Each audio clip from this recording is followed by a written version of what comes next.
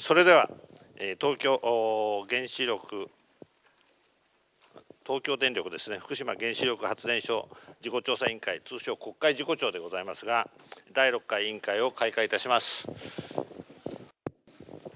まず各ワーキンググループの調査活動について報告いたします。ワーキンググループ1について田中光彦委員、よろしいでしょうか。座ったままで失礼します。自己調査ワーキンググループのワーキンググループ1ですねの共同議長をしております田中です。前回ですね、2月27日第5回以降の話をいたしますと、それ以降ですね、今も東京電力へのヒアリングを継続して実施しております。その他、この間ですね、福島第一原子力発電所と第二原子力発電所の現場を調査してまいりました。で、中央操作室も入ってまいりました。あとこれはその場で当直長の方にちょっとお会いしてヒアリングをさせていただいておりまして、これは今後も継続してまいります。それから原子力技術や地震、津波等に関するですね、専門家の方々、あるいは原子力安全保安院や原子力安全基盤機構といった規制当局へのヒアリングも実施しております。以上でございます。ありがとうございました。それではワーキンググループ2について横山委員、お願いいたします。グループ2は被害調査ワーキンググループですが、その共同議長をやっております横山でございます。このグループでは放射線による健康の影響、あるいは環境への影響について専門家に幅広くヒアリングを行っております。ご意見の違いもありますので、ダブルチェックトリプルチェックを旨としておりまして、データの解析等もやっております。それからそれ以外の社会的被害についても着目して被害状況のヒアリングも行っております。それからチェルノブイリの原発事故に関する知見は25年後の福島を合理的に予見する有効な素材であるということから、同事故の専門家へのヒアリング等を行っております。なお3月19日の第7回委員会ではウクライナから専門家をお呼びしておりますので、公開ヒアリングを行う予定でございます。以上です。ありがとうございました。それではワーキンググループ3について櫻井委員、よろしくお願いします。ワーキンググループ3政策調査ワーキンググループの共同議長をしております櫻井でございます。私どもでは前回とそれほどトータルとしては大きな違いはございませんが、東京電力をはじめとしまして今回の事故の関係者、政府関係者も含めましてこの方々に対するヒアリングを進めるとともに資料の調査を行っているとおります。さらに我が国と諸外国の原子力法規制に関する調査も合わせて現在進めているところでございます。以上でございます。ありがとうございました。また当委員会では今月それから4月の上旬にかけてですね、海外視察を予定しております。海外視察につきまして大島委員お願いいたします。海外視察というより、調査でございますが、海外調査を担当しております委員の大島です。当委員会として最初の海外調査を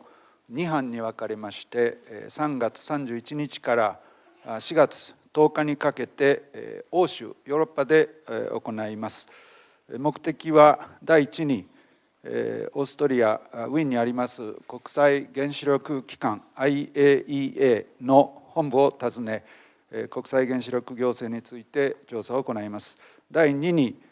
欧州の代表的な原子力国でありますフランスを訪ね、原子力行政について調査を行います。第3にチェルノブイリ原発事故の被害状況、被害軽減策等の現状につきましてウクライナ、ベラルーシ、ロシアの3カ国を訪ねて調査を行います。結果につきましては調査終了後にご報告をいたします。以上です。これでこのような調査活動をしておりますが、昨年の3月11日、我が国に甚大な被害をもたらした東日本大震災から早くも1年を迎えたことになります。本当にお亡くなりになられた多くの方々に改めて哀悼の意を表するとともに、今も本当に厳しい避難生活を送られている方々をはじめ、被災された皆様に衷心よりお見舞い申し上げます。復興の歩みが一層強く着実に進んで、被災地の方々がですね、苦難や悲しみを乗り越え、家族の離散、町の離散、いろんなことがあります。一日も早く平穏な生活を取り戻せるよう、本当に私ども一同切に心から願っております。同時に私たちは被災者の方々の思いを胸にしてですね、私たち自身がやるべきことに邁進していく所存でございます。また当委員会のホームページでもお知らせしたところですけれども、当委員会では事故とその被害の原因究明を行うべく、事故による避難の実態について、避難を余儀なくされた方々を対象にですね、各自治体のご協力のもとにアンケートによる実態の把握を進めているところでございます。今回の調査結果は本年の6月頃を目途に作成を進めている報告書にも盛り込む予定であります。そこで今日はですね、参考人に来ていただきまして、質疑応答を主目的として、質疑応答を進めていきたいと思っております。本日は東京電力株式会社顧問である武藤栄氏にお越しをいただきました。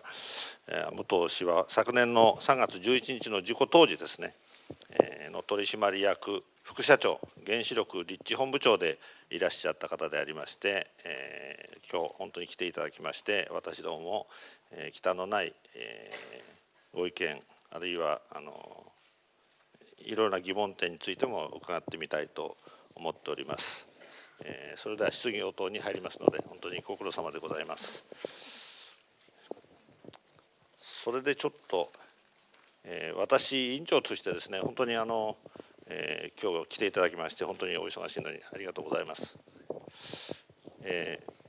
原発事故当時、武藤さんは東京電力のトップの会長社長が東京にも福島の現場にもおられなかったという中で、東京電力の事故対応に関する最大の責任者だったと思われます。国民は今こそですね、真相を知りたいと思っていると思います。東京電力という組織を守ることに固執することなく、まずは歴史に対して誠実誠意を見せる、これはチャンスでもないかなと思っておりますので、ぜひ現場で何があったのか、またなぜ事故が起きてしまったのか、誠実に答えていただきたいと思っております。よろしいでしょうか。事故当時、会長、社長とも本店にいない中、本当に原子力立地本部のトップとしてのたくさんのご苦労もあったと思います。本当に大災害だったと思いますが、早速ですが、武藤元副社長は職務経歴上、発電所の現場でどのぐらいの勤務のご経験がおありでしょうか。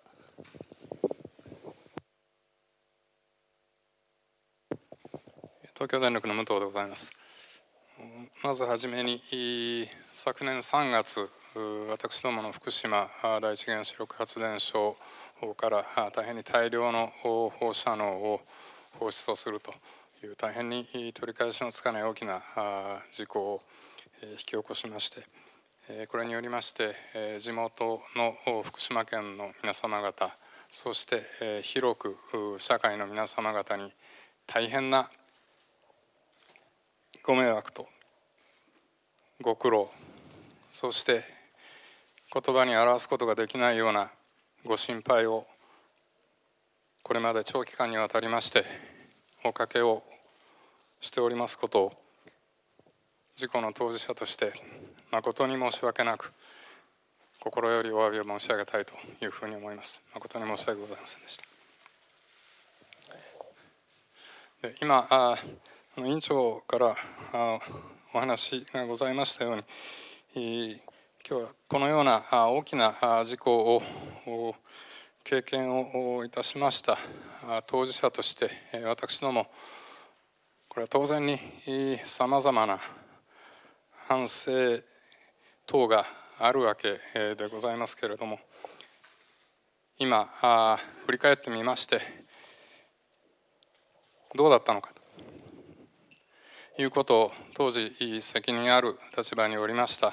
私なりに精一杯お話をさせていただきたいというふうに思っております。何卒よろしくお願い申し上げます。それでは先生のご質問に答えさせていただきたいと思います。大変恐縮でございますけれども着座をさせていただきたいと思います。私の経歴についてのご質問でございますけれども、私東京電力に職を得まして一番最初に赴任をいたしましたのがこの事故を起こしました福島第一原子力発電所でございます。でそれ以来東京電力の中で原子力に関わるさまざまな仕事をやらせていただきました。で発電所の勤務でございますけれども福島第一原子力発電所に合計3回それから私どものもう一つ新潟県にございます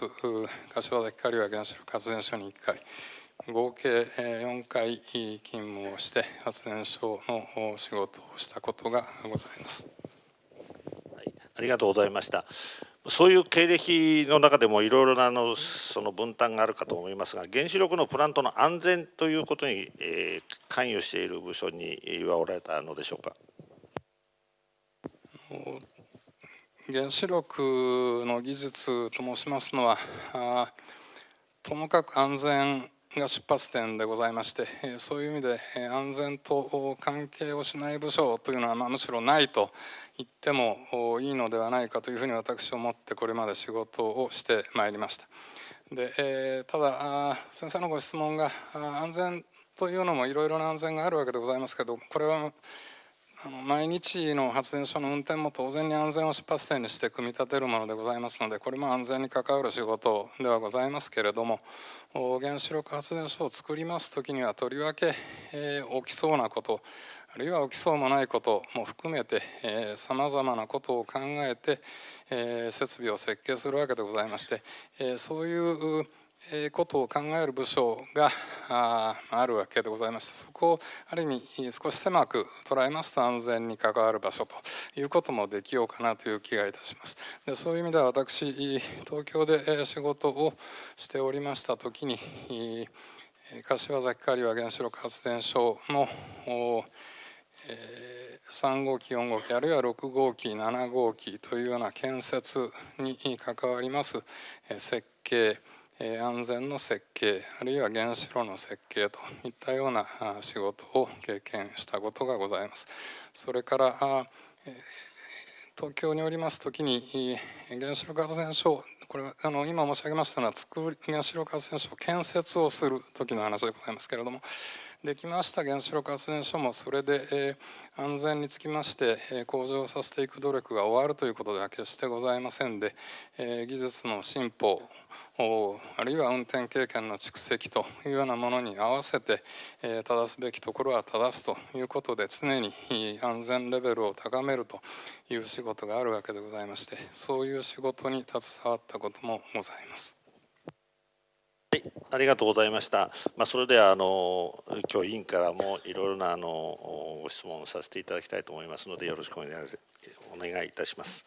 それでは事故対応あるいはオンサイト関係からいってみようかと思いますがまず櫻井委員の方からよろしくお願いします。委員の櫻井でございます。私どもの理解としては武藤顧問はいわば当時原子力部門のトップにおられたというふうに理解しておりますがただいま平常の時のお話は承ったんですが原子力災害時にはその原子力部門のトップというのはどのような役割を担うというようなことになっておりましたでしょうか。原子力災害の時の体制というのは原子力災害特別措置法という法律がございましてこれに基づきましてこれは電気事業者だけではなくて関係する諸機関があらかじめ計画を立てるということになっております。でその中で私どもも法令に基づきまして防災業務計画というのを作るわけでございますけれども、その中で原子力発電所におきましては緊急時対策本部を作り、本店におきましても同様に緊急時対策本部を作ることになっております。で発電所側の緊急時対策本部は発電所長が本部長でございます。で今ご質問がございました本店側でございますけれども、これは社長が本部長になります。で私はその社長を補佐する立場ということになります。で今回の場合は社長が不在でございましたので、その場合には副社長の中から本部長を選ぶということになります。でその中で社長が戻りました後は私は社長を補佐する立場ということになろうかと思います。具体的に本件事故当時社長はおられなくて、責任ある立場として指揮を取っていた、最高指揮を取っておられた方はどなたでしょうか。これは少し経緯をご説明をさせていただく必要があろうかと思いますけれども、当初この昨年の3月11日は大変に大きな地震が来たわけでございます。で14時46分にマグニチュード 9.0 という地震が来たわけでございますけれども、この後直ちに本店の緊急対策本部に関係者が集まったわけでございますが、こうした大きな地震の際には一つ我々過去学んだことがございまして、これは新潟で経験をいたしました中越沖地震がございます。でこの際これは大変大きなこれも地震であったわけでございますけれども、発電所側は発電所のプラントの収束に大変に手が取られるという中で、あの時には発電所の中の変圧器が大変申し訳ございませんが火災を起こしたということで、この火災安全上は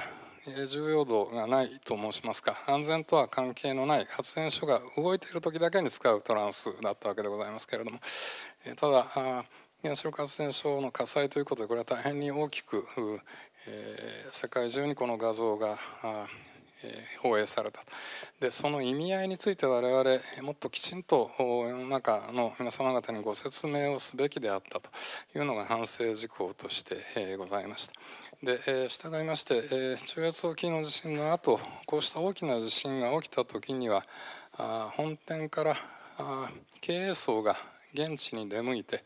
で発電所長に所内の仕事をしっかりと担務をしてもらう一方で地域の皆様方社会に対してきちんと情報発信をしようというふうに思ってマニュアル等を整備をしたと、こういう経緯がございます。で今回も当初は地震で原子炉は停止したわけでございますけれども、この大変大きい地震だというふうに私も思いましたので、その中越沖の教訓に従いまして、これはこれまでそうした大きな地震が起きるといったような例えば訓練をやるときにも同じことをやっておったんですけれども、本部長は発電所に出向くということで、3月11日の3時半ごろに私本店を出まして発電所に向かいました。で従いまして本店側の原子力についての指揮は私のと一緒に仕事をしております常務取締役の副本部長の小森というのがおりまして、これが本店側の責任者にその時点で交代をしたということでございます。次にこの3月11日の事故当時、まずその発電所の現場、別の言葉で言いますと当時の吉田所長とそれから本店の間で対応方法につきましてどのようなコミュニケーションが当時取れていたんでしょうか。取れていた点あるいはこういう点が取れていなかった点というのを具体的に教えていただきたいと思います。本店と発電所の間のコミュニケーション、こういうご質問かと思います。大変に大きい地震でございましたが、発電所各プラント、運転中のプラント、福島第一は1号機から3号機まで3つございましたけれども、これは自動で設計通りでございますけれども、原子炉はきちんと止まりました。で、その後津波、大変大きな津波が襲来をしたわけでございますけれども、それまでの間は電源も非常用のディーゼル発電機が起動しておりましたし、プラントの振る舞いも当初考えていた、設計時に考えていたと同様の振る舞いをしていたというふうに考えております。で、そこを多分ご質問はその後いろいろ事故が進展していく中でどうだったのかと、こういうご質問かと思いますが、津波が襲来をしました後、これは大変に状況が厳しかったわけでございまして、これは全ての交流電源、これは外から入ってきます送電線が使えなくなった。それから福島第一の中には合計13台非常用の発電機、ディーゼル発電機があるわけでございますけれども、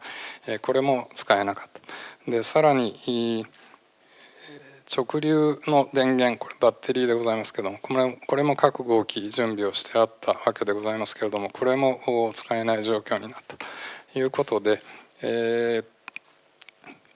発電所の中の中央操作室と緊急時対策室の間のやり取りというのも非常に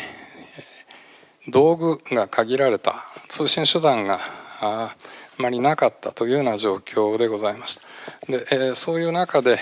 発電所の状況を、現場の状況を発電所の緊急時対策本部が収集をし、でその状況を本店に伝えると、そういう環境でございます。で、ただ発電所の緊急時対策本部と本店の緊急時対策本部の間は、私どもの専用回線でテレビ電話システムが当初より動いておりました。で、従いまして発電所の発電所の緊急対策本部の中での発話やり取り、あるいは本店に向かっての発話等は画像とともに本店側で見れていた状態だというふうに思っております。で、ただいろいろ申し上げましたけれども、一番情報を集める上で制約になったのは発電所の中の現場と、それから緊急時対策本部、発電所の緊急時対策本部のやり取り、行き来で、これが通信手段がない中、あるいは大変に大きい津波が来ましたので、発電所の中にはデブリといいますか、ありとあらゆるものが津波で流されて通路を塞いでいたといったような状況になっていた。それから夜になりますと電源がございませんので全く照明もないという中で、現場の状況をしっかりと把握をするということに大変な困難があったということはあろうかと思います。そうすると3月11日の地震があった時は本社におられたわけですよね。それで指揮系とそれから小森常務がまだ清水社長おられなかったと思いますので、何時頃出られて何時頃福島に着かれました？私本社を出ましたのは15時半頃と記憶をいたしております。で、ただこれそういう時に備えまして、訓練の時から原子力本部長はそういう時にはヘリコプターでもって発電所へ入るということで、ヘリの手配ができておりまして、それを今回も準備をしてもらいました。で、ただヘリポートが新木場にあるんでございますけれども、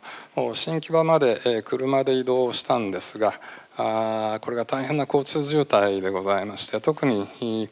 液状化が相当にひどいところがございまして、結局車ではヘリポートまでたどり着けないような中で、少し歩いたり、あるいは実は通りがかりの車に乗せていただいたりといったようなことをしながらヘリポートまでたどり着いたということで、発電所に着きました時には周囲が薄暗かったと記憶しておりますので、6時頃ではなかったかなと思っております。そうすると現地に着かれたのが何時頃ですかね。7時ぐらいですか。6時ぐらいに福島第2のグラウンドに着陸をいたしまして、まず福島第2の緊急事態対策本部に入りました。はい、ありがとうございます。では野村さんですか。委員の野村でございます。引き続きまして事故前後の様子について少しお伺いしたいというふうに思います。今お話がありましたように、今回の事故におきましてはその交流電源が全て喪失してしまったということが、非常に大きな出来事であったというご説明があったわけなんですが、当時の武藤副社長ですねが当時その事実をお知りになったのはいつの時点でございますでしょうか。これは正確にと時間は私記憶をしておりませんが、本店を出て福島に着くまでの間どこかで携帯電話でそういうこと外部電源がなくなっているという状況については報告を受けたと記憶をしております。その時点のことなんですけども、オフサイトセンターが非常に今から思えば不適切な場所に設置されていたとも思われる、その距離感から言ってですね、大変原発に近いところにオフサイトセンターが設置されていたわけですが、こういう状態になりますとそこのオフサイトセンター自体が放射線で厳しい状況になるということが想定できたんではないかというふうに思うんですが、その最初にこの情報を得たときに武藤さんはそのことにお考えを読みましたでしょうか。外部電源がなくなったという報告は受けましたですけれども、外部電源がない状態でも原子炉の安全というのは一定時間は確保できるというのがそもそもの設計でございます。これは直流電源によって駆動される冷却系もございますし、外部電源がなくなったということだけで直ちに炉心損傷に至るということではございませんので、その時点でオフサイトセンターが機能しなくなるような放射能が放出されるというふうには思いませんでした。でただ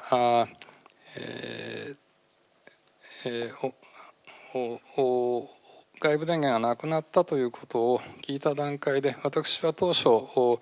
地元へのご説明ということが自分の仕事だというふうに中越沖の教訓を踏まえて思って出かけたわけですが、オフサイトセンターに入らなければいけないというふうに途中で思ったということはございます。今のですねお話がありましたように、当初福島に行かれた理由は地元の方々への説明だったというふうなお話でしたが、実際にはでは説明はあまり行わなかったというふうに理解してよろしいんでしょうか。私はそのオフサイトセンターにこれは我々のあらかじめ定めた手順でも入るということになってましたので、オフサイトセンターに行こうと思ったんですが、福島に着きました後、オフサイトセンターは電源がないということで、機能していないというふうに報告を受けまして、で私はそこにそれであれば行くよりはまずこういうことになっているということを地元の方にご説明をすべきだというふうに最初東京出た時の考えに立ち戻りまして、オフサイトセンターがいつ動くかということは常に周りの人間に聞きながら、まだ動いてないねということを確認をしながら地元の町に出向きました。で夜に大熊町にお邪魔をいたしまして、町長に状況をご説明をし、その後双葉町に夜半を過ぎていたと思いますけれども、お伺いをいたしまして、同じく町長に状況についてご説明をしたというふうに記憶をしております。今原発の設置している町の2つの町の名前が出たわけなんですが、私どもやはりこの近くにお住まいになっておられて、今避難所生活をされておられる方々などにそこに出向いてヒアリングなどをさせていただいているわけなんですが、その中では浪江町の方々がどうもですね、東京電力からの説明を受けられなかったというご不満をですねかなり抱いておられるということを私どもは承知しているわけなんですが、浪江町への連絡というんでしょうか、そういうものは十分なされなかったという理解でよろしいんでしょうか。私どもこの原子力災害特別措置法に基づく通報、これは大きな原子力事故が起きたという通報でございますけれども、これが起きますと一定の書式がございまして、でこういうことを報告しなければいけないということがあらかじめ定められております。でそうしたものにつきましてはお送りをすると、これはファックスも含めてですけれども、ということで、そういうことは私どもやったというふうに思っておりますが、ただ電話回線そのものがつながらないと、あるいはさまざまな理由でそうしたことがきちんと伝わらなかったということなのかなというふうに思っております。いずれにいたしましても、私ども通報連絡につきましても、これは精一杯のことをやったというふうには思っておりますけれども、今いただきましたような声がさまざまなところから声をいただいているということもよく認識をいたしておりますので、こうした緊急時の通報の在り方につきましてもさまざまな改善の余地があるということであるということだというふうに思っておりますし、またそうした大変なご迷惑をおかけをしたということにつきまして、私自身も福島の地に家族ともども住んだ経験もあるわけでございまして、そうしたことを考えますと本当に申し訳なく思っております。浪江町は今連絡が取りにくいとおっしゃられましたけど、歩いて行ける距離ですよね。そういう意味ではやはり最初の段階でどこに避難すればいいのかということをお困りになられるということは想像できることだと思いますので、やはり的確な情報というのを最初に出すべきだったんじゃないかと思いますが。私どもは原子炉がどういう状況になっているかということにつきましては、これ法令のいわゆる10条15条というのがございますけれども、原子力災害特別措置法の法令に基づいてご報告はしたわけでございますけれども、それが十分に分かりやすい形で届いたのかどうか、それからご指摘のようにもちろん持っていくというのもあるわけでございますけれども、ただ私当時福島第2から第1まで実は車で移動いたしましたが、これちょうど10キロちょっとでございますので、普通であればもう車でいくらも時間がかからないんですけれども、道路が至る所で寸断をされておりまして、第2から第1に移るのも大変に難儀をしたといったような記憶もございますので、そういう緊急時の情報の伝え方ということについてはさまざまな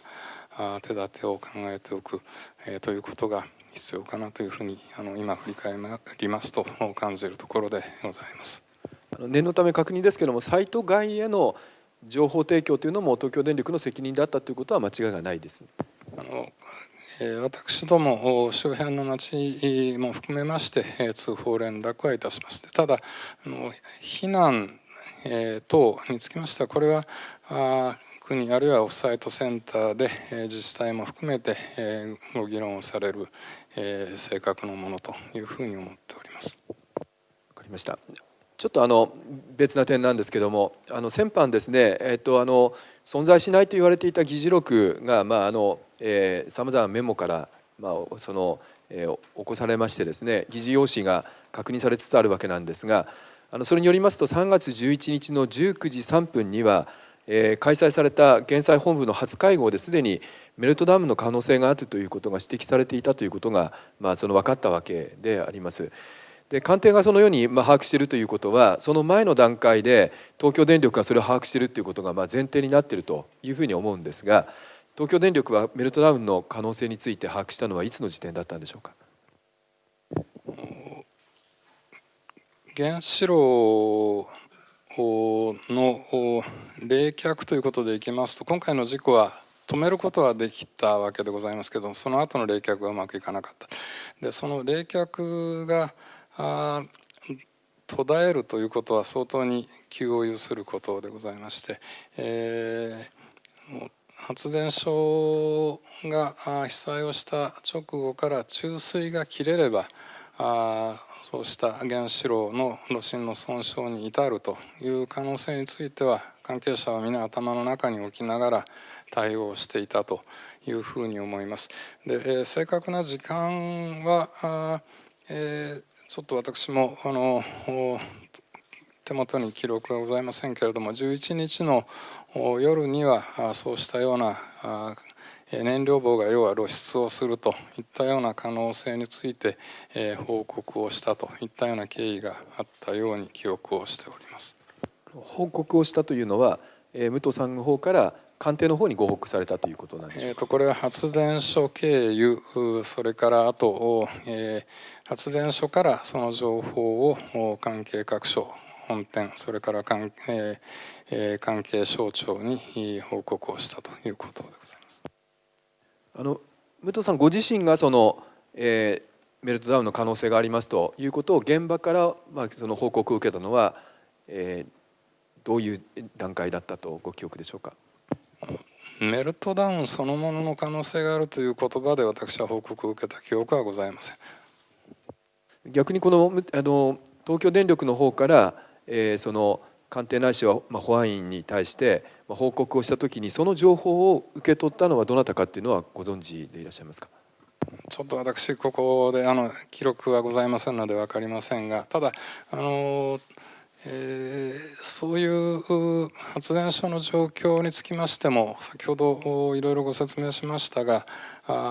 発電所の中央操作室で取れるデータの量が非常に限られていた。あるいは当初は交流電源がなくて直流電源もなくなるということは実は計器が動かないということでございまして、例えば原子炉の水位がどこまであるのか、あるいは圧力がどうなっているのかといったようなことについてまずそれを見るために、例えばバッテリーを運び込んできて仮設の電源でもって計器で値を読むといったようなことをやらなければいけないような状況でございましたので、そういう中で厳しい状況にあるという認識はそれぞれ共有をしていたというふうに思いますけれども、今先生おっしゃいますように原子炉が溶けているか溶けていないかというような判断というのはこれはなかなか当初の段階でするのは難しかったかと思います。それから原子炉が溶けると一言で言いましても、これは原子炉も大変大きいものでございますので、一番最初は燃料の中央部が溶けるわけですが、周りが溶けているわけでもございませんし、で、非常にひどい状況を考えれば原子炉全体が溶けるということになるわけでございまして、そうしたようなことというのは非常に限られたデータの中から短い時間ですぐ判断ができるという非常に難しさがあったかなと思います。ではちょっとあと1点もう1点ちょっと別なことをお伺いしたいんですけども、国民の目から見まして東電の対応に対する一種の不信感としまして、その東京電力はこの事故発生直後にですね、ここから全員を撤退させるという経営判断をしたというふうに報じられたり、あるいは問題提起されたりしているわけなんですが、経営者といたしましてそのような判断というんでしょうか、経営の決定というものは存在していたんでしょうか。全くございません。これはメディア等で東京電力が福島第一原子力発電所から全員を撤退させると、そういう考えだったんだということが報道をされたりしているというふうに承知をいたしておりますけれども、私含めてそういう議論は一切ございませんでした。で、これは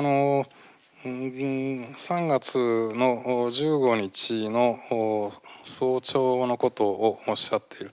というふうに思いますけれども、その前から2号機の状況が大変に厳しい状況になっておりました。14日の夜からだと思いますが、私は14日までオフサイトセンターにおりまして、でそこでオフサイトセンターの状況などを踏まえまして東京に戻るべきだというふうに思いまして、社長の清水と相談をしまして、14日の午後向こうを出まして、夜東京に戻ってまいりまして、小森と交代をいたしました。で戻ってきてから14日の夜から15日の朝にかけて2号機の状況は大変に厳しかったというふうに思います。でそういう中で、当時の福島第一原子力発電所の重要免震棟の中には合計で700名以上の社員あるいは協力企業の方々がいらっしゃいました。これはここしか他にいる場所がなかったということで、それだけの数の方がそこに集まってたわけでありますけれども、当然2号機をなんとか落ち着かせるためにいろいろな作業を試みておりましたので、これは何とかしなきゃいけないと私ずっと思っておりました。でただ750人の人間全部がそこにいる理由があるかというと、それはないだろうというふうに思われたわけでありまして、現場からもそういう一部を引いてはどうかという趣旨の話もあり、その中でそれでは一部の人間を残して残りを福島第二あるいは別の場所に移してはどうかということで検討をしておりました。でただご指摘のように全員がいなくなるというようなことはあの状況でこれも考えられないことでございまして、2号機をなんとか収束をさせるということに皆が知恵を絞っている中で、福島第一の緊急事態策本部は当然ですけれども、本店も含めてご指摘のような全員の撤退といったようなことは全くなかったというふうに申し上げることができると思います。今のお話ですと合理的な人数に絞ろうというご判断だったということのようですが、大体何名ぐらいを残そうという想定だったんでしょうか。これは私は当時本店の緊急事態策本部の中でそういうことをやるとしたらどういう手順になるのか考えてほしいという実は指示をしたわけでございますけれども、誰がどれだけ残ればいいのかというのはこれは本店からは判断がつきませんでしたので、そこは発電所が必要な人間を残すということで判断をするというふうに私は思っておりましたし、事実そこは発電所長がそういう趣旨で残る人間は誰だということで選んだということだと思います。その残りの方々を、福島第二原発の方に移動させるというのは、そこが危険だから移動させるということなんでしょうか。それともたくさん人がいすぎるとかえって機動性を失うということで、このスリムにした方が合理的だというご判断なんでしょうか。当時の状況としては2号機の状況が相当に切迫をしておりましたので、そういう危険性があるかもしれない場所にそこにいなくてもいい人間を置いておくということは合理的ではないだろうという判断であったというふうに思います。この問題については当時の総理がですね、全員を撤退させるというふうに清水社長から相談を受けたのに対して、ご自身がですね、それはまかりならないというふうに言われたというストーリーになっているわけなんですが、清水社長はそのような形で総理にご相談をされたという事実はあるんでしょうか。私どもが、これは清水がということでございますけれども、官邸に申し上げた趣旨は私が今いろいろご説明をしました一部の社員につきまして一時的に後ろに引くという趣旨であったというふうに思います。で、そういうことをその全員撤退するのかということで、清水が官邸に朝大変早い時間に呼ばれて、総理からご喚問を受けたというふうに私理解をしておりますけれども、その時にもそういうことではないというふうに答えたということでございますし、それから菅首相がその後国会の答弁でも何回かこの件につきましてはお答えをされているというふうに私理解をいたしておりますけれども、その中でもそういう趣旨のことをおっしゃっているというふうに理解をいたしております。わかりました。どうもありがとうございました。では私の方はとりあえず。そこのところはちょっとコミュニケーションが良くなかったってことですかね、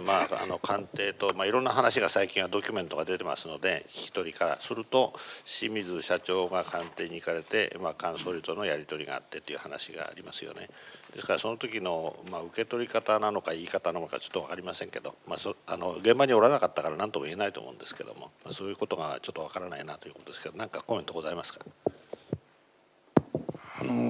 大変に切迫した状況でございましたし、それから我々はテレビ会議を通じて発電所が言っていることを共有をして、現場がどうなっているか、どうしたいのかということはもちろん言葉に出てくること、あるいはその背景に隠れていることも含めて、それなりに感じることができる仕組みがあったと思いますけれども、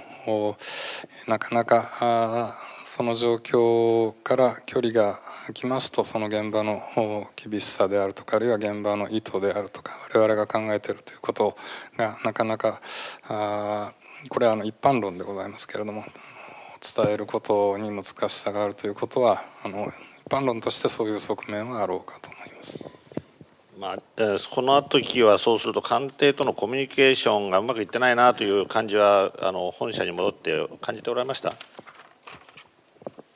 報告清水社長から受けることになるので、なかなかわからないのかもしれませんけど。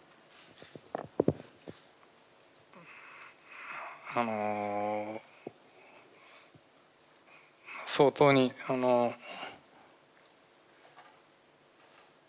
菅総理が早朝来られまして、我々全く考えてもいなかった全員撤退はありえないというようなことをおっしゃいましたので、私としては何と申しますか、ちょっと違和感があったというところでございます。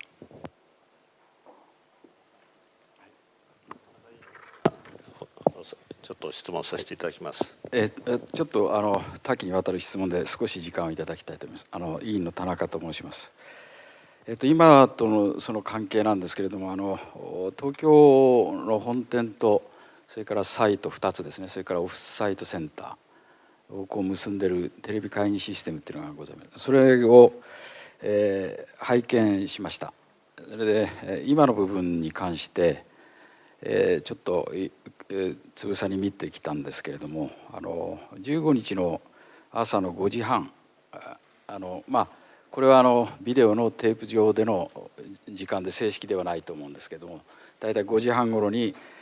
から菅総理の説明かなんとか非常に激しい、たまたまそのビデオはそこの部分はずっと音が切れてるんですが、菅総理が東京電力のその、主要なメンバーの方々を前にですね、10分以上は非常に激しく演説されてたと思います。でそのビデオを見ますと5面、各サイトですね出ておりました。で、柏崎も含めると柏崎もありますから、柏崎第一、それから福島の第一第二オフサイトセンター、それから本店と、そのテレビ会議が5面こういうふうに同時に出ております。でそれを見ておりますと、その菅首相海江田さん、海江田当時の経済産業大臣ですか、それから、確か多分後ろ姿から言うと安全委員長、渡辺安全委員長らがいらっしゃるような状態だったと思いますが、そこで今もちょっと話がありましたけど、菅当時の首相はどのようなことをお話しになったんですか。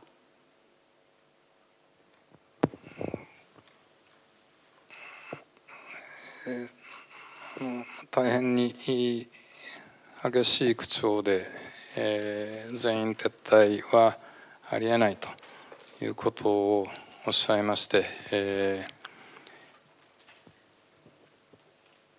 大変に厳しく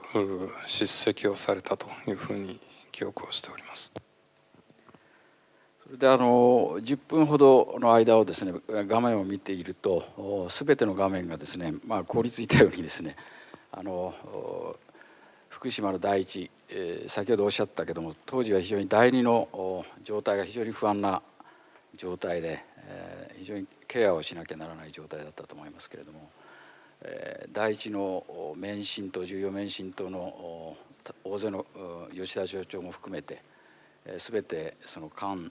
さんの話に聞き入っているというような状態であったと思います。でその後10分の演説があった後、別の部屋に移ってまた少し小さい部屋で、菅総理とあるいはちょうどテーブルを挟んで武藤参考人があるいは清水社長がですねお話をしている状態があったと思います。でそこで、その話をちょっとずっと時間を追っていくと、その話がですね6時20分ぐらいまで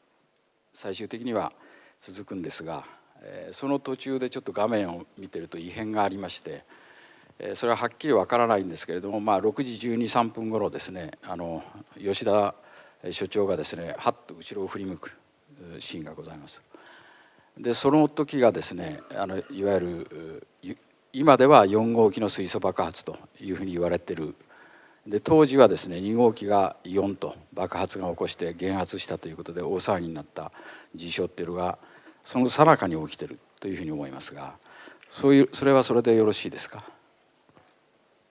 ちょっと正確な時間につきましては私正確なございませんけれども、私の時間そのものはビデオからちょっとざっと計算したものなんで、はい、正確ではございません。ただ 1,2 分の違いだと思います。首相がお見えになりまして、大きな緊急事態対策本部の大きな部屋がございますけれども、そこで、今お話がございましたような私どもは考えてなかったんですけれども全員撤退というのはないということをおっしゃいました後、こんなに大人数じゃ議論できないじゃないかというようなことをおっしゃって、私ども幹部が別の隣の小さい部屋があるんですけれども、そこへ連れて行かれまして、そこでまたしばらくお話をいただいたというようなことがあったかと思います。でその間に2号機4号機ですかの爆発があったというような前後関係でよろしかったと記憶をしております。ということは当時はしばらく6時から6時10分ぐらいの間に2号機がイオンが発生して、それで圧力が急降下したと。それから4号が火災を発生したと、そういうような情報が一般には流れたと思いますので、多分その時は4号の爆発というよりは2号が非常に心配されてた状況でしたのでね、その2号に対して、中層の方々とか、それから重要免震等の方々っていうのはコミュニケーションが非常に重要な時期だったというふうに思いますが、テレビを見ておりますとその間ですねほとんど、その5つのテレビは菅総理と、それから武藤参考人あるいは清水社長らの画面にこう見てて、でパッと後ろを向いた時に多分その時が、なんか異変が起きたことだろうと思います。で実際その後吉田所長がですね、なぜかヘルメットを取り出して頭にかぶるというそういうシーンが出てきますが、それでしばらくすると今度菅総理がですね、もういいから戻れみたいな感じで手をこう振ると、皆さんが幹部の方がですね急いで退出されていくという、それからいう状況が見て取れましたけれども、この4号機っていうか、今になると4号機ですが、当時は2号機が非常に危ない状態にあった。1号機3号機はすでに爆発をしております。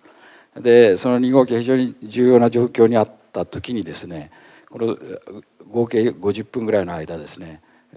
そのケアがされてないように私には見えましたけれども、その辺は、皆さんはどういう認識でしたか。発電所の状況そのものにつきましては発電所の緊急事態対策本部あるいは中央操作室にいる人間がそれ常に見ているわけでございまして、何かあればそれはテレビ会議で発話があるということかと思います。で、小さな部屋に入りましてそういうこともございましたので、テレビ会議システムが小さな部屋にもございましたのでそれをつないでもらいました。で、そういうことで状況については見れていたと。それから勤怠大きな部屋の方にも幹部が何人か残っていたということでございまして、発電所の状況については把握をしていたということだと思っておりますが、ただ私どもがこれは首相のお相手をしていたということもこれは事実でございます。ただずっとこう見て他のところを見てますとその武藤参考人も含めてオフサイトセンターとそれから中層との間のコミュニケーションというのはかなり頻繁に行われてて、今水はどこまで来てるか、水は何トン確保できてるとかですね、SRV の開けるけどチャタリングしてるかどうするかとかいろいろな問題を参考人ご自身もいろいろ発言されていらっしゃる。で、非常に緊迫した状況が映ってきますけれども、そういう中での50分というものに関しては特に問題はなかったというふうに認識されていらっしゃいますか。私も含めて東京側の役割が何かということになろうかと思いますけれども、基本的にこれは通常ももちろんそうですし緊急時も相当程度私はそうだと思っておりますが、やはり現場に一番近いところにいる人間が現場のことというのは一番よく分かってやっているわけでして、それについて少し距離のある緊急事態対策本部あるいは本店東京にいる人間がやるべきことというのはそれがやりやすいようにしっかりサポートをする、あるいは少し距離が離れているということで、かえって気がつきやすいことあるいは違った見方そんなものがあればそれは示唆をしてサポートをするというのが私ずっと役割だと思っておりました。ですから一刻を争うような具体的な現場での操作を東京側からああせいこうせいというようなことはやるべきでもないし、それは私の役割でもないというふうに思っておりました。そういう意味で、状況について、何か問題があればそれはテレビ会議システムを通じて、きちんとお話が上がってくるということであったというふうには思っております。私がちょっと言ってるのはですね、その現場と今おっしゃってるのは多分、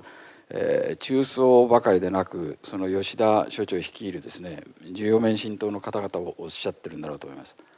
それでよろしいですか。これは内容によると思います。例えば原子炉を冷やすというような基本的な動作というのはこれは当直実際運転に当たっている人間がこれは判断をしてやるということになります。でただ例えば今回の事故の例でいきますと、例えば格納容器を弁当するというようなことになりますとこれは周辺へも影響がございますから、そういう判断については発電所長が本部長をやっております発電所の緊急事態対策本部のと相談をしてで弁当をやるといったような役割分担でございまして、内容によりました。はい、ただしつこいですけど私はその先ほどの映像を見ているとですね、その現場の一つの中枢である吉田所長以下が大勢集まっている部分がですね数十分間にわたって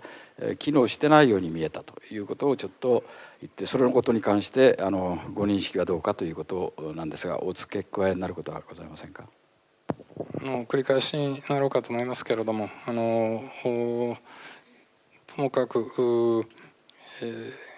全員撤退ということは我々考えておりませんでしたし、それについて、相当に激しくご議論をいただいたということについては、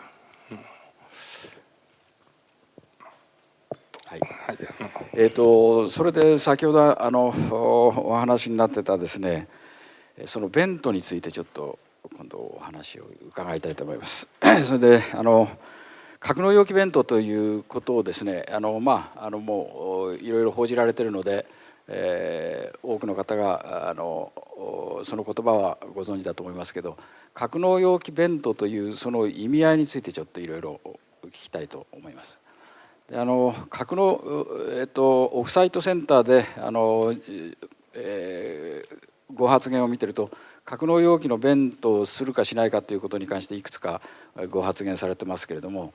その中で武藤参考人はその弁当というものをどういうふうに何のためにどういう目的で弁当するという弁当が必要な事態に入っているというふうにご認識だったんでしょうか。先生ご質問の弁当1号機1号機でも3号機でも結構です。基本的には弁当と申しますのは原子炉圧力容器を全体を覆っております原子炉格納容器という入れ物がございますけれども、この格納容器の内側の圧力が高くなっていった時に格納容器全体がどこかで壊れてしまうということを防ぐために意図的に格納容器の中の圧力を逃してやるという操作でございまして、こうした厳しい事故の時に格納容器の中の圧力を見ながら実施をするということになります。ただ格納容器は放射能を閉じ込めるという機能を担っておりますので、その機能を一時的にせよバイパスをするということになりますので、そのタイミング等につきましては、例えば周辺の方々が退避ができているのかどうか、あるいは風向きはどうなんだといったようなことも含めて可能な範囲で総合的に判断をすべきことだということで、従いましてこの操作するのはもちろん運転をしている当直の人間でございますけれども、発電所の緊急事態策本部発電所長がヘッドを務める緊急事態策本部の意見を聞いて実施をすると、そういう手順になっております。ですね、当委員会で前々回斑目原子力安全委員長のお話に同じような質問を伺ったことがあるんですけれども、その時に斑目委員長はこういうふうにお答えになって、1号機のことですけれども、現地に乗り込んでいった時にヘリコプターで監視しようといった時のことですけれども、その前にそのベントが必要だというふうに思っていたと。それはですね、原子炉の圧力をとにかく下げないと注水ができないということで SRV を操作してですね、それで原子炉の圧力を下げる。そうするそのためには格納容器の方ですね圧力が上がってくるので SRV でご存知のように当然上がってくるわけで、それを心配してベントというふうにおっしゃったんです。で、そういうそれも一つであるはずだし、実際テレビ会議を見てるとですね SRV の操作 SRV 今チャタリングむにゃむにゃというそういうこれは3号機ですけども、東電の方々の SRV 操作 SRV を操作して注入をしたいと、原子炉に注水をしたい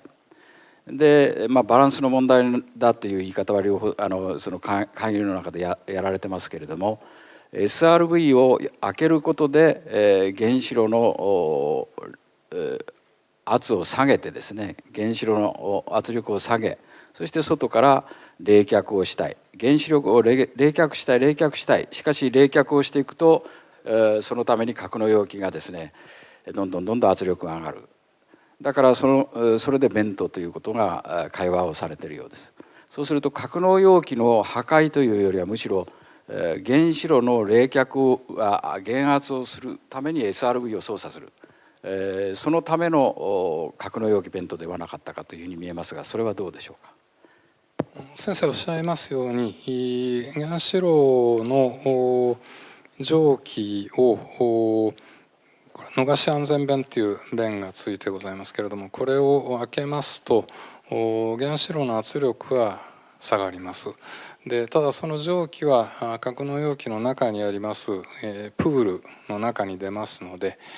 長時間そのバルブを開けておきますと格納容器の中の蒸気の量が増えますので格納容器の圧力は上がると、そういう傾向がございます。でただ基本的にベントという操作と注水という操作はこれは別のものでございまして、それはどういうことかと申しますと、原子炉の中に水を入れるというのは、その手段があるのであればそれは例えば原子炉の圧力が高くても原子炉の中に水を入れることができるポンプがあれば、それはそれを使って注水をするということになるわけでして、その場合には格納容器の圧力とは関係なく注水は可能でございます。で一方格納容器の圧力はそれ以外の要因で、それは逃し安全弁を開けるということ以外の要因で上がる要因も事故の時にはあるわけでして、でその時には注水とは関係なしに格納容器を守って大量の放射能を外に出すことを防ぐために意図的に圧力を抜いてやるという操作を行うということになるかと思います。はい、私もそう思いますけれども、それではですねちょっと少し込み入った話になって恐縮ですけれども、当然通常運転中は格納容器の圧力っていうのは絶対圧で言えば1気圧よりちょっと低めと、わずかに低めだと思いますけれども、窒素が入っているとそれでよろしいですね。それで一方にですね格納容器の設計圧力っていうのがございます。でこれもですね絶対圧でいうかゲージ圧でいうか問題ですけれども、ゲージ圧っていうそういう単位を使って言えば 4.37 ぐらい 4.37、気圧で言うと、その程度じゃないかな、4キロ弱だと思います。で絶対圧でいうとそれに1を足すので大体5気圧前後で5気圧強ぐらいだと思いますけれども、これはスペックに使用書にそのように書いてありますので、それを信じると。設計圧力って何でしょうか。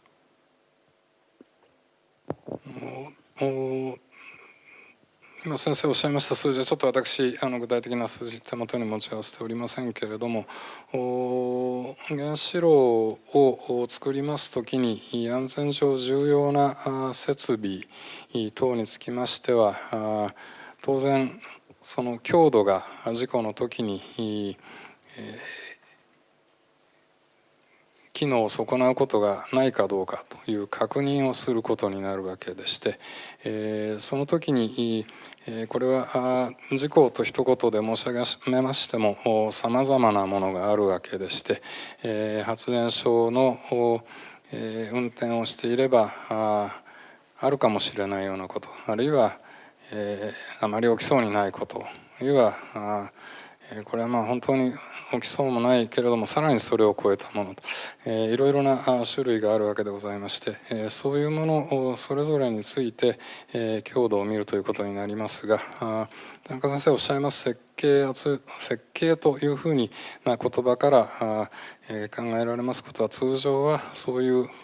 通常の設計の時に起きるであろう、あるいは起きる可能性は小さいかもしれないけど考えておこうというようなものが起きた時に、果たしてその今のお話であれば格納容器ですけれども、それが強度上問題がないのかどうかということを確認するために設定をした圧力だということかと思います。具体的な仮想事故というのはこちらの方で言いますけれども、1号機3号機の場合にはおそらく最大口径のですね再循環系配管というものが一番大きいので、それが瞬間的に破壊をすると、ギロチン破断と言われるものが起きた時に、過渡的にですね、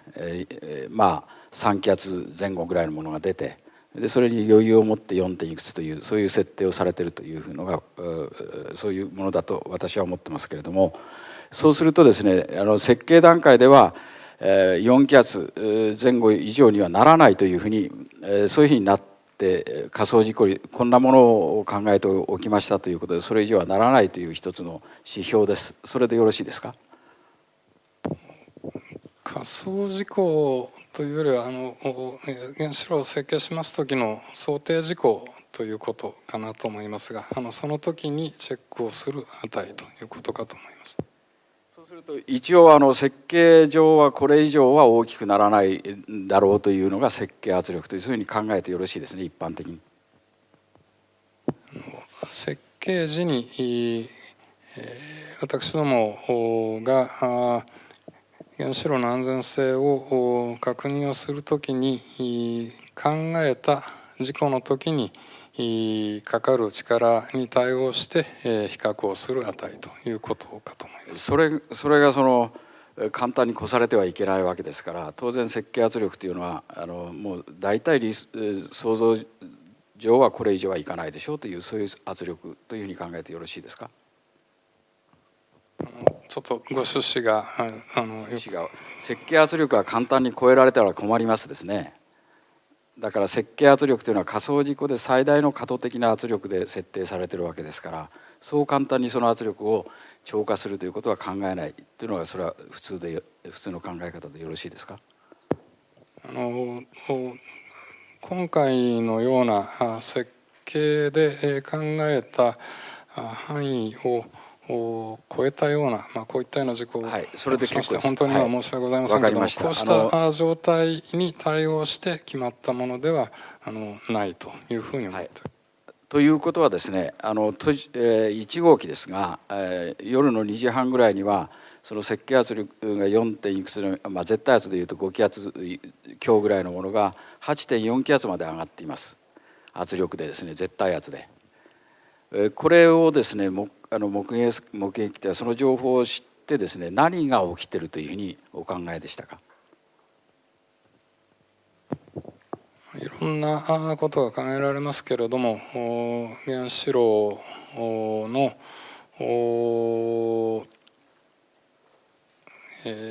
原子炉の損傷に至るような可能性があるということかと思います。そうしますと、先ほどの野村委員がちょっと触れておりましたけど、メルトダウンというか、メルトダウンの定義はあれ面倒ですけれども、いわゆるその損傷ですかね、炉心部が損傷し始めているという認識はその頃もうすでにお持ちでしたか。これは非常に限られたパラメーターの中ですので、その程度であるとかどういったような状況になっているかということを明示的に言うことは大変難しいというふうに思っておりましたけれども、格納容器の圧力が非常に高くなると。でしかも先生ご指摘のように設計で考えたような圧力よりも高いというのは、これは何らかの異常が起きているということであろうというふうに考えたと思います。でただ先生ご指摘の設計圧力というのは、これはさまざまな基準の中でものを設計するときに使う値でございまして、ものがそこで壊れるかというと、その実際にものが壊れる値とは全く別のものでございまして、今回のように非常に過酷な事故の時にはそのものの実力がどうなのかと、どこまでいったら本当に壊れるのかといったようなことも含めて全体を判断していくということが必要な状況であったと思っています。今の議論を見ていると、非常に技術的なこともありますが、今回の今武藤副社長のお話では、官邸が今回はその東電に菅総理が来てまた小さい部屋で話したということですが、その時はやはり武藤副社長としては今回は官邸が関与したということですが、実際は東電としては現場のことは東電が責任を持ってやるという意識だったわけですよね。我々これは常日頃から原子力発電の一時的な責任は我々にあるというふうに思ってやってまいりました。で、ただ大変に厳しい事故でございましたし、我々だけではできないようなこともたくさんあったわけでして、そういうものにつきましてはこれは警察消防等々自衛隊もさまざまな機関の力をお借りをしたわけでありまして、そういうことにつきましては皆様方のお力添えを得る上で、これは政府関係機関としっかりと連携をしていくということは大変に重要なことであったというふうに思っております。その時そのご意見はカンソルに言われました？いや、その時はちょっとそういうことは、申し上げませんでした。はい、どうぞ。すみません、先ほど来からそこの点ばかり伺っていて恐縮なんですけども、私どもがそのテレビ会議システムのビデオをですね拝見させていただくと、やっぱりキーに感じますのが、その時だけ、映像だけになっていて音がなかったりとかですねしているわけです。でビデオは最初の1日半ちょっとぐらいですかね、これは欠落していて、映っていません。で福島の方には映像だけのもの、音のないものが若干残ってますけども、最初の一番大事な初動の部分についてビデオがない。さらにはその、ずっとあとは音がちゃんと入ってるんですけども、今ここで問題となっているシーンだけは音がないという、なんかやや不可思議な感じがするんですが、確認させていただいたところでは普通の DVD システムでありまして、ボタンさえ押せばですね普通に撮れる家庭用の DVD と同じようなもので映像が録画できるという仕組みのはずなんですけども、これは一体なぜこういうようなことが起こってしまったのでしょうか。いや、ちょっと私その時の経緯につきましては把握をいたしておりません。ちょっとディテールで申し訳ない。私はですね、その設計圧力を超えると、物がすぐ壊れるなどとはもちろん思ってないし、そういう言い方はしてないんですが、ですね、それはさておきですね、その異常が起きているという認識をされている中で、弁当、2月の早朝ですね、1号機の弁当の準備に入っていると、これはよろしいですね。そしてそうするとですね、当然それは燃料損傷とかあるいはそういうものが起きている可能性が高いというふうにお感じになっていながら、そのベルトを決断するということは、それは大気中に向かって放射性物質を言葉は悪いかもしれないけどばらまく結果になる可能性があるということですね。その辺の決断はどういうふうになされました？ベントそのものの決断といいますか判断をした時には、実は私先ほど申し上げました通り地元の町を回っておりまして、その判断そのものは発電所と東京都で、やりましたので、後から聞いたことでございますけれども、格納容器の圧力そのものが当初はさっき申し上げましたような電源がないという事情でずっと測れなかったと。でその中で、バッテリーを急遽運び込みまして、必要な計器に運転員が照明のない中大変に苦労しながら計器につなぎ込んで値を見たところ600キロパスカル程度であったと記憶しておりますけれども、大変高い値だということが分かったということで、その場で即座に東京電力としては弁当する必要があるというふうに判断をし、でその旨東京にと相談をし、東京におりました小森はその旨関係するところに報告をし、で準備に入ったと、そういう経緯であったと思います。それはじゃあ、その放射性物質を外にまくときにですね、できればフィルターをつけたいというふうに思いますけれども、シビアアクシデント対策としてですね、フィルターをですねあえてつけてないで、いるというこの経緯についてちょっとご説明ください。先生ご指摘の通り、格納容器本来放射能を閉じ込める格納容器から中のものを出すということで放射能が出る可能性があるわけでございまして、当初このベントというのもこれも当初のプラント建設時にはなかった機能でございますけれども、順次安全性を高めるということでさまざまなことをやった中の一つの工夫なわけでございます。でその大変に厳しい事故の時に格納容器の圧力を逃すためにどういうやり方があるかという議論がさまざまにございました。で、先生ご指摘のようなフィルターをつけるという選択肢もございましたけれども、もう一つ特にこの私どもが使っております沸騰水型の原子炉というのは大変に大きなプールを格納容器の中に持っておりまして、数千トンの水がそこに常時蓄えられているということでございまして、外に出す気体をその数千トンの水の中をくぐらせることでかなりの量の放射能が除去できるというデータがございました。で世界的に見ましてそのプールの中をくぐらせて放射能を除去して放出をするタイプのベントを採用したところと、先生がおっしゃいますように別に例えば砂であるとか砂利であるとかあるいは水を吹きかけるとか別の装置を設置をしましてそこを通してベントをすることにした発電所と両方とございます。で、我々日本の沸騰水型の原子炉は前者を取ったわけでございまして、同じタイプの原子炉が米国にも多数稼働しておりますけれども、アメリカのプラントも全て同じやり方を取ったというふうに私理解をしております。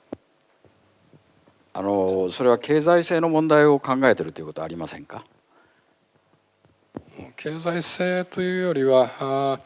実際に水の中を通すということでかなりの量放射能が取れるということでございまして、100分の1とか1000分の1とかそのぐらいの量になります。で一方フィルターを追加しても同じような性能が得られるかと思いますけれども、これは技術の選択の問題であったというふうに思っております。今回はその電気事業連合会はこれを前期につけるというようなことをそういう動きを取っているように聞いておりますけれども、それについてではどう？私どもこれまでさまざまなリスクの低減対策を取ってきたわけでございまして、それにもかかわらず今回こうしたような本当に大きな事故を起こしまして、これはもう痛恨の極みでございます。で今回のようなことを考えますと私その水の中を通すベントの効果というのはあったというふうに思っておりますけれども、加えてもう一つフィルターをつけておくということがより安全性を高めるということだというふうに思って、そういう判断をしたということでございます。水をくぐるというけれども、ドライウェルの方から直接やるということも考えうるわけですね。その場合にはそういうふうにはならないわけです。ですからつけるのが正しいのではないかというふうに思いますが、どうでしょうか？先生ご指摘の点はその水をくぐらさないで、ベントをするというケースもあり得るのだからそこにフィルターをつけておくべきと、こういうご指摘かと思いますが、私もちろんそういう考えもあるかもしれませんが、大切なことは仮にフィルターをつけたとしてもその何らかの形で、それを動作させることが必要なわけでありまして、それは格納容器の水をくぐらす場合でもフィルターをつける場合でもともかく必要な時に必要な弁を開けてベントができるようにするというのが大前提かと思います。今回で非常に苦労をいたしましたのは電源がない、あるいは駆動する空気もないという中で、人間が手で持ってそうしたベントのバルブを開けなければいけないということがあったわけでございまして、この弁を開ける手立てをしっかり準備しておくということがどういったようなやり方を取るにしましてもまず重要なことではなかろうかなというふうに思っております。じゃあこれにちょっと関連してどうもありがとうございます。櫻井委員と櫻井委員よろしいですか。今のような議論はそうかもしれないんですが、実際にベントの緊急性というものが高まってきたというご判断があったと思うんですが、その時に今のフィルターあるないということも含めて、これはどうすべきかということのご判断頭によぎったんではないかと思うんですが、その辺のことをちょっとお話しいただけますでしょうか。1号機につきましては11日の夜遅くからすでに原子炉の状況は厳しさを増しておったと思います。それで夜半過ぎに格納容器の圧力が高いということが分かりましたので、そこでもうベントが必要だというふうにすぐ判断をいたしました。でただ大変に厳しい環境にあったわけでございまして、一つは深夜で照明もなく、それからすでに線量も上がり始めておりましたし、それから現場へ出ようとしましても通路が通れない、道路が壊れている、あるいは余震がたくさんございまして、で余震は津波を伴うかもしれないということで、余震があるたびに退避をしなければいけない。それから現場へ出ますと、我々PHS と申しますか、携帯電話を構内で対応しておりましたけれども、こうした通信手段も使えないということで、ベントをやらなきゃいけないということは最初から我々認識をしておりましたけれども、これがなかなかできなかったというのが実情でございます。今のような状況というに加えてですね、手続き上の問題であるとか、記者発表をしなきゃいけないとか、総理の訪問とかですね、そういうタイプのことも判断の時期というのに影響したんでしょうか。遅れるということはなかったんでしょうか。記者発表につきましては、その深夜にベントが必要だと判断をしまして、即座に保安院にその旨ご報告をし、でその結果これはプレスをした方が良いということで、3時頃に常務の小森と当時の海江田大臣とが1号機の当時はまだ2号機の状況も非常に厳しかったという認識であったと思いますので、1号2号ベントの必要があるかもしれないということでプレスをしたということが一つございます。でそれから官省がその日の早朝発電所にお見えになったということはございます。でただ現場はともかくベントというのはさっき申し上げました通り、格納容器を最後守る上でこれは必要なことですから、ともかくやらなきゃいけないということで準備は進めておりました。これに関連して櫻井委員からありますか。総理が12日行かれた時の話とかありますよ。一つ二つどうぞ。ちょっとその点の関係、12日の朝総理が行かれたということに関連して、菅総理が来られた時には、現場に来られた時には武藤顧問もというか副社長もその場におられましたか。私はさっき申し上げました通り、街をぐるっと回りまして、でオフサイトセンターが空いたらオフサイトセンターに行くからということで、常に状況を確認をしておりましたところ、12日の未明になりましてオフサイトセンターが動いたという報告を受けまして、オフサイトセンターに入りました。でその時にはもうすでにオフサイトセンターに経産省の方々等々集まっておられまして、でそのオフサイトセンターに入りました後、今ご質問がございましたように菅首相が来られるかもしれないという話を伺ったというふうに記憶しております。そのような話がありましてから武藤副社長はどのような行動を取られましたか。これは首相の緊急時の全体の指揮を取りになるトップがお見えになるということでありますので、これは私も現場に行かなくてはいけないというふうに思いまして、福島第一に出向くことといたしました。総理が行かれるということで、当然当時の吉田所長もその対応をなさるということでよろしいんでしょうか。はい、そういうことでございます。当初はちょっと話が何回か行ったり来たりしたようなこともあったようにちょっと記憶しておりますが、第一には来られないようなふうになったといったようなお話も一時ございましたけれども、最終的にやはり第一に来られると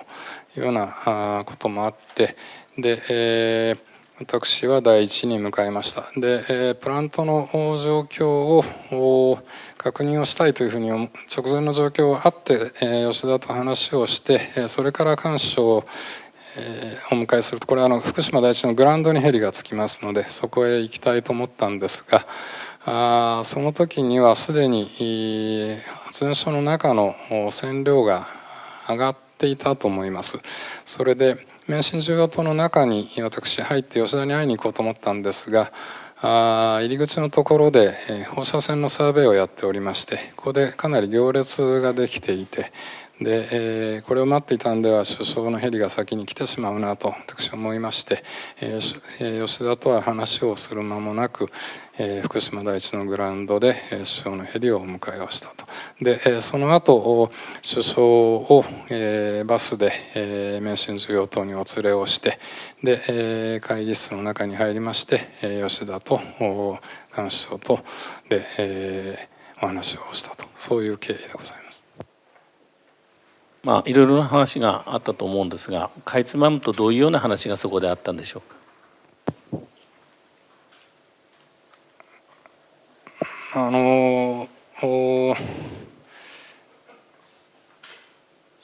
私は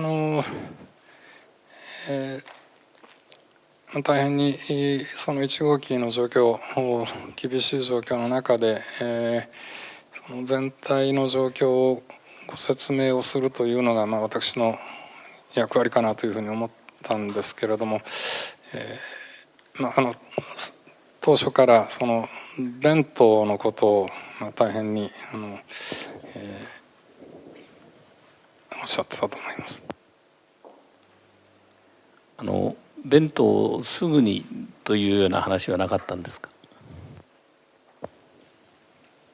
そんなようなこともおっしゃってたと思います。それについてどのようなご説明をされましたか。正確にどういう言葉でどうご説明したかというのは私もあんまり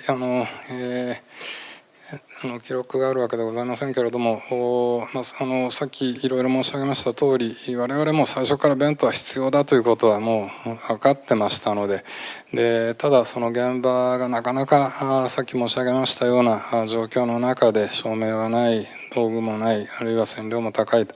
いったような電源もないと、そういう厳しさがあるというようなことをご説明をしたのではないかなというふうに思います。先ほど横山委員の方からも若干質問がありましたけど、弁当をしなければならないという最中というか最中に総理が来られたことで、弁当の作業についての影響というのはいかがなものでしょう。これ先ほど申し上げました通り、ともかく深夜から弁当はやらなきゃいけないと、これもうその格納容器を壊してしまってはどうにもなりませんので、ともかく格納容器を守るためにはこの弁当は必須でございまして、ともかく早くやりたいというふうに我々思っておりました。で、従いまして現場も準備をしたわけですけれども、これも大変に今振り返ってみますと備えがどうだったかということで申し訳なく思っておりますけれども、電源がない状態、あるいは空気がない状態で弁当をするということは、これ今までとは違う手順でやるということでございますので、そうしたことについての手順の確認であるとか、あるいは誰が行くのかとか、その間にある例えば照明のないところにボンベを背負って、で、その余震の中で出かけていくというのはどういうやり方でやるんだ、これもさまざまなことを考えなきゃいけなかったわけで、なかなか時間がかかったというのは事実でございますけど、ともかく現場の方はそれで進んでいってたというふうに思っております。ただ私もそういう意味では大変に緊張しながらグラウンドで首相を迎えいたしましたし、吉田も発電所の緊急事態対策室から会議室に出てきていろいろ状況について説明をしたと、そういう状況であったと思います。よろしいですか。短くね。先ほど来事業者が第一的責任を取るべきと、そういうふうに信じておられるというふうにおっしゃったんですが、この緊急事態の中でですね、そういう場に総理が来られるということに関してどういうふうにお考え、何をしに来られるのか、なぜ来られるのか、その辺どういうふうに受け止められたんでしょうか。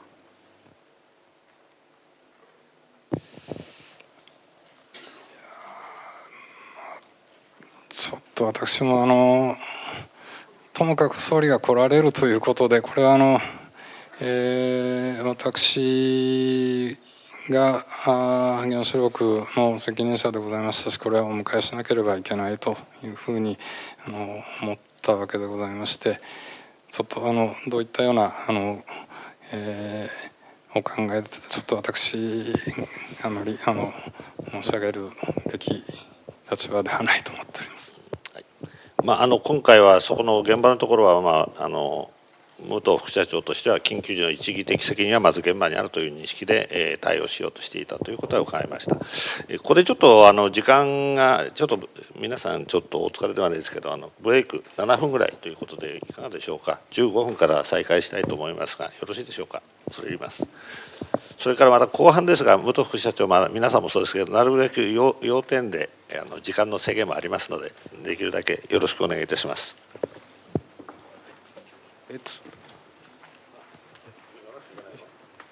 この際、それでは暫時休憩ということで、3時15分に再開いたします。よろしく。はい、再開は3時15分でございます。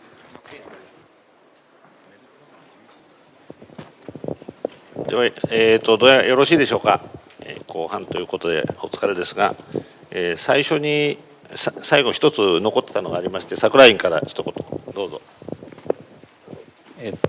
じゃあ委員の櫻井の方から引き続きてお伺いします。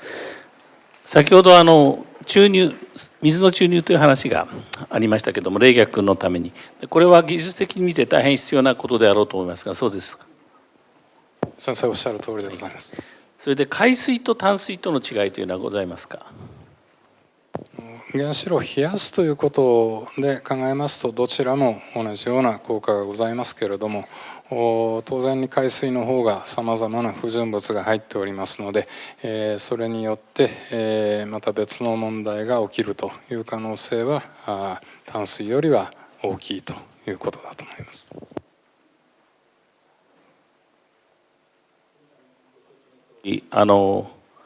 途中で竹黒フェローの方から海水注入について停止というか中止というような指示があったと思いますが、それについて武藤顧問はどのように受け止められましたか。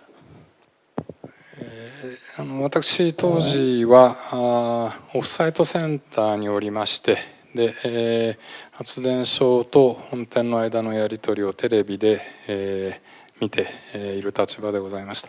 で原子炉の冷却ということにつきましては、先生ご指摘の通り、ともかく水を入れるということが一番大事なことでございまして、で淡水があればもちろんそれは淡水の方がいいわけですけれども、私早い時期から海水でもいいんだぞということはテレビ会議の中で言ってきたつもりでございます。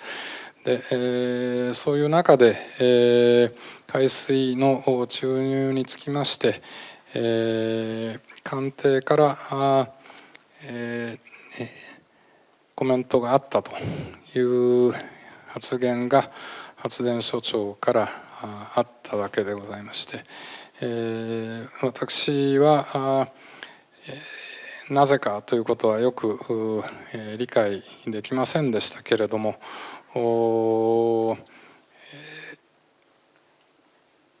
官邸ということは首相も含めてそういうご意見だというふうに理解ができましたということと、それから武黒が官邸の中で海水を注入することについて了解を取るように努力をしているという状況だというふうに理解をいたしましたので、その官邸の意見、その首相がご了解をされてない海水注入について一旦止めるべきということについて私も特段異議を挟まなかったというのが前後関係でございます。時間の関係があるんで手短にお答えいただきたいんですが、先ほど武藤顧問は現場の判断がこういう時には大事で本店も含めてあまりその指図すべきではないという、あくまで発電所自体の判断が大切だということを言っておられまして、そのことと今のご説明との関係はどのようになるんでしょうか。首相が一番最初にベントの時に発電所に来られました時に発電所長の携帯の電話番号を聞いてお帰りになりました。そういうこともありましたので、私は発電所長が官邸からそういう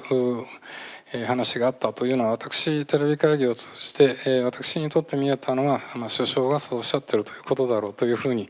見えたわけでございまして、この緊急時の指揮を執っておられる方がそうおっしゃるということであれば、これは私はコメントをすることは難しいかということで追認をしたということでございます。はい、ありがとうございました。それでは野村議員。はい、今の点についてちょっとお伺いしたいんですけど、元総理と武藤副社長では原子力についての知識はどちらの方がおありだというふうにお考えになっておられますか。これはちょっと私は首相とは11日の朝に初めてお会いしただけでございますので、なんともちょっと私から。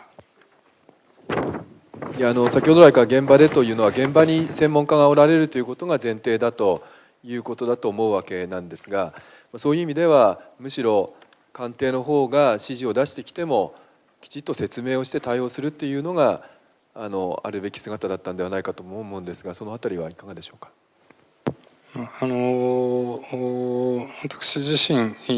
どういう意味合いなのかということはよく理解ができませんでしたけれども、ただ緊急時そのものはこれは東京電力だけではなくて官邸含めて大変に大きな組織の中で意思決定がされ、さまざまなことが進んでいくわけでございますので、そのトップの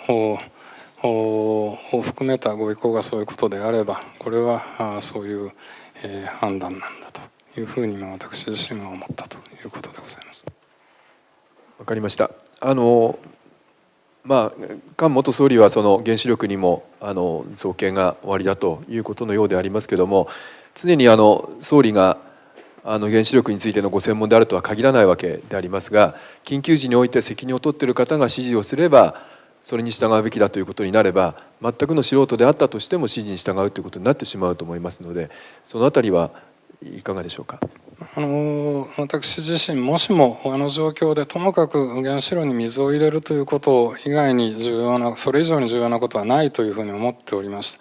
ですから長時間にわたってもしもこれで海水にしろ淡水にしろ水を入れるということが止まるようなことがあれば、これは異議を唱えて何か言わなければいけないというふうに思っておりました。でただその私どもからこれはその技術補佐役という役割であったと思いますが、フェローの武黒が官邸に出向いておりまして、で私が考えたと同じことを説明をし、ご了解を得る努力をしているという状況であったというふうに思いますので、その間は待てるだろうというふうに思ったということでございます。わかりました。ありがとうございます。ではちょっと別なことについてお伺いしたいんですが、よろしいですか。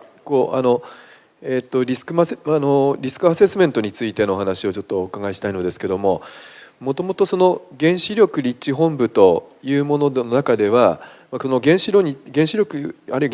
するこのリスクの評価っていうのを行っていると思うんですけども、そこを担当している会議というのは何という会議になるんでしょうか。正式の名称、ちょっと手元に記録がございませんが、リスク管理会議と通称言っておったと思います。社内の中にはそのリスクについて洗い出しをする会議がいくつもあると思うんですけども、その中でもその原子力リスク管理会議というのがおそらくそれに該当するんだと思いますが、原子力についてのリスクを網羅的にですね、ずっと拾い上げて、そしてその対応策を検討されるという作業をされておられる会議があると思うんですが、その会議でよろしいでしょうか。はい、そういうことで設置をした会議がございました。でこの会議では当初はあらゆるリスクをとにかく洗い出して原子力についてのリスク対応をしていこうという、作業が進められているが、議事録を見る限りではそう感じられるわけなんですけども、ちょっとやや気になりますのが、2010年頃になりますと、その原子力の安全品質向上といったような作業と、その金銭的なその限界というんでしょうか、予算的な限界といったようなことがその議論の中に入り込んできているようにも見えるんですが、そういうような議論というのは社内の中にはあったんでしょうか。先生ご指摘のようなことで考えますと、一つはそのリスク管理会議っていうのはそこから全てのことがスタートするというような会議では決してございませんで、原子力っていうのはともかく安全第一、これも安全なくして原子力なしっていうのが、これ事故を起こした、私どもとしてはもうこれ本当に何ともこれはもう言葉もないわけでございますけども、ただ当時私どもはともかく安全最優先ということで取り組んできました。でその安全というのは、どう組み立てられるかといいますと、いろいろな側面がありますけれども、特に現場の安全ということについて言えば、発電所で一番近くで見ている人間が何が一番やりたいことなのか、どこが一番心配なのかというところから積み上げて全体のリスクというものを見るべきだというふうに私思っておりました。で従いましてリスクそのものというのは、特に発電所の管理ということについて言えば、現場でまずそれを見て、でそれを積み上げていく、それはすなわちそのラインの中でそういうものをしっかりと管理をしていく、そういう作業がまず全体としてある上で、それを今度は横串を通して原子力部門全体、さらには会社全体でもってどういうリスクがあるんだということを見るという位置づけでリスク管理会議というのは運営されていたというふうに思っております。ですからそこのインプットは基本は現場あるいはラインとこういうことであったと私は思っております。でその中で先生のその品質とあるいは安全ということと経済性ということが相対するような議論があったかどうかと、こういうご質問でございますけど、私それは全くなかったと思います。これはもうむしろなかったというよりは、それを私ずっと否定をしてきました。それは原子力というのはともかく安全から議論を組み立てないとどこかで変なことが起きると私常々思っております。で一番大事なことは何か、順番をつけて私いつも話をしておったんですけれども、法令遵守あるいは企業倫理、これは全体のベースだと思いますけれども、ともかく安全でその次に品質だと。でだから安全が確保できている範囲の中で品質を高めていこうで、結果経済性というのはそれでついてくるもんだというのは私信念でございまして、会社の中でも常々、結果を追い求めるんではなくて、結果がついてくるような安全性を求めろということを言い続けたつもりでございます。今のご発言というのは結局安全というのが最優先であって、仮にその金銭的な面で、やや高額なですね予算的措置が必要であったとしても、それについては安全第一でやるべきだというお考えだったと。例えばその配管などについてもですね、大きく問題のある配管を取り替えるということになれば相当のお金がかかるというようなことも試算も出ておりますし、さらにはバックテストの問題もあると思いますが、そういった場合には耐震性の補強というのにも相当のお金がかかるというようなことの問題意識があったと思うんですね。でそういう中であったとしても安全性第一だというお考えだったということでよろしいですか。ともかく安全から全てのものを組み立てるということで、考えてきたつもりでございます。そうなりますと、当時の会議の中で武藤副社長ご自身がですね、そろそろ原子力についてもお金にキャップがかかってくる可能性があるというようなことをご発言されているように思うんですが、このご発言というのはむしろご自身のお立場というよりは会社の中でそういう動きがあるということに対する警戒ということでよろしいんでしょうか。全体もちろん企業でありますから予算もあればお金もあるわけですけれども、ただ原子力を考えるときにお金、今おっしゃいました最終的な仕上がりのお金の大きさも私結果だと思います。で、安全というものを組み立てていって、それでどうしても必要なものはそれは使うということでないと原子力は成り立たないと思います。で、事実それでも原子力というのは十分に安全なプラント、これは私どものところだけではなくて世界中よく言われることでございますけれども、安全性の高いプラントっていうのは性能も良くて、で経済性も高いという、そういう関係だと思いますので、そういう高いパフォーマンスといいますか、を目指してともかく安全から順番に議論していこうと、そういうことでさまざまな議論をしてきたつもりでございます。武藤副社長のお立場は分かりましたが、それは社内でも共通している考え方なんでしょうか。それとも武藤副社長がそういうお考えでかなりのお金をかけてでも安全を優先させるべきだとご発言されたときに、それに対して他の経営陣の方からそれはやはり予算的には難しいというご発言があるということなんでしょうか。少なくとも私が責任者をやっている間に私があるいは私の部門としてやりたいと思ったことについてそれはお金の理由でできないということはなかったというふうに思っています。となりますと、そのお金にキャップがかかるというのは誰がかけるという理解なんでしょうか。その先生おっしゃっておりますキャップというのの前後関係がよく分かりませんが、当然その会社の中で、予算を立てるときに目標というのは出てくるわけですけれども、その時に先ほど申し上げました通り順番を間違えてはいけないわけでありまして、安全から組み立てていって必要なものはやると。で、もしもそこで、大変にお金がかかるということがあったとしても必要なものはやる、あるいはもちろん工夫はあると思います。だけれどもその安全というものを損ねて原子力を動かすということはこれはありえないと私は思っております。わかりました。ちょっと改めてまたリスク管理の観点で別な問題点ちょっとお伺いしたいんですけども、シビアアクシデントについてですね、これが起こりうるということを想定して対応を取っていたのかどうかということがかなりの論点になっているかと思うんですが、社内におきましてシビアアクシデントについて 3.11 以前に何か議論したことはありましたでしょうか。シビアアクシデントにつきましてはこれも先ほどの弁当が議論にいただきましたですけれども、ああいったことも含めて最初にプラントを作った後順次準備をしてきたものの一つでございます。で、アメリカのスリーマイルアイランドの事故がございましたが、これが大変大きなきっかけになったと思います。で、その後軽水路でもこういったような事故があり得るということを前提にして原子炉を止める、冷やす、閉じ込めるというそれぞれについて、設計の時に考えたありそうなことないかもしれないけども考えておくような事故で、それをさらに超えたようなものについてどんな手立てがあるんだということで、準備をしてきたわけでございます。で、ただ今回の事故を経験をしてみますと、そこで私どもが考えてきたいろいろな手立てがことごとく功を奏さなかったということでございまして、こういったような大変に大きな事故に至りましたことは、当事者として本当に申し訳なく思っております。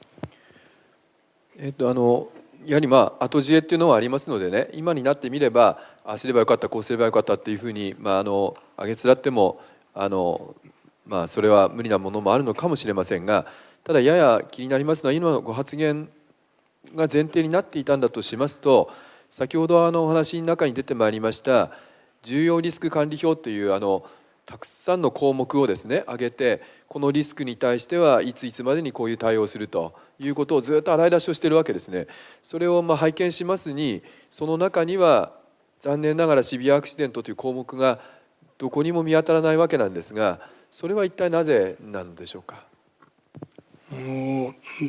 具体的にシビアアクシデントという書き方ではなかったわけですが、例えば中越沖地震の後に免震重要棟というのを私ども作りました。これは中越沖を経験しました柏崎刈羽だけではなくて、福島の発電所にも第一台に作ったわけでございまして、これは今回大変に役に立ったわけでございますけれども、こういうものが役に立つ状況というのはまさに今回のような厳しい状況であったと思います。それから例えば消防自動車を柏崎の火災で準備をいたしました。これが今回は原子炉へ注水をする上で大変に役に立ったわけですけれども、これも本来は火災ということで準備をしたものですけれども、原子炉へ注水をするで、そのための注水口が建屋の外に、これも後から準備をしたわけですけれども、それがあったがために原子炉へ海水を入れることができたというようなことで、シビアアクシデントというふうに明示的には書いてございませんけれども、設計の範囲内ではの範囲であれば使わないはずのものについても、私どもとしては考えつくものについては手を打ってきたつもりでございます。ただ結果としてみると、これは至らぬところがあったがゆえにこういうことに事故に至ったということで、ここはもう本当に何とも言葉はございません。武藤さん後任は副社長でいらっしゃいましたから、その経営のトップに中枢におられたわけですけども、今の重要リスク管理表という作業は各部門でそれぞれ自分の足元で生ずるリスクを可能な限り出してですね、そしてその対応策を一生懸命考えておられると。ですからまさに原子力のですね安全立地本部においてもそれを一生懸命やっておられたということなんですが、その後の作業っていうのは先ほどご説明ありましたように、だんだん経営のトップの方にですねそのリスクが伝わっていって、最終的には全社的なリスクマトリックスみたいなものが出来上がって、そして重要性の高いものですね、事故が起こったそのイベントが起こったらそのリスクとして大きなリスクが発生するものっていうのと、それからその発生の確率みたいなものを掛け合わせてですね、そして事故が大きくその影響が大きくて、しかも発生頻度の高いものから手を打っていきましょうっていう、そういう考え方になるんだと思うんです。でその表の中にはシビアアクシデントという言葉がありましてですね、突然出てくるので、ここで考えておられたのかというふうに思ったんですが、ちょっと見ますとどうもそれはシビアアクシデントそのものをリスクとして捉えているのではなくて、シビアアクシデントに関する規制が強化されるリスクというふうにですね書かれているわけなんです。これは経営サイドから見るとどういう意味を持ってリスクと捉えておられるのかというのを、ちょっと原子力のご専門のお立場もあるかと思いますが、経営の立場から見てなぜこれがリスクと捉えられるのかということをちょっとご説明いただけますでしょうか。リスクというのは非常にどういうものをリスクと捉えるかということで、これいろいろな見方があろうかと思いますけれども、シビアアクシデントという切り口で、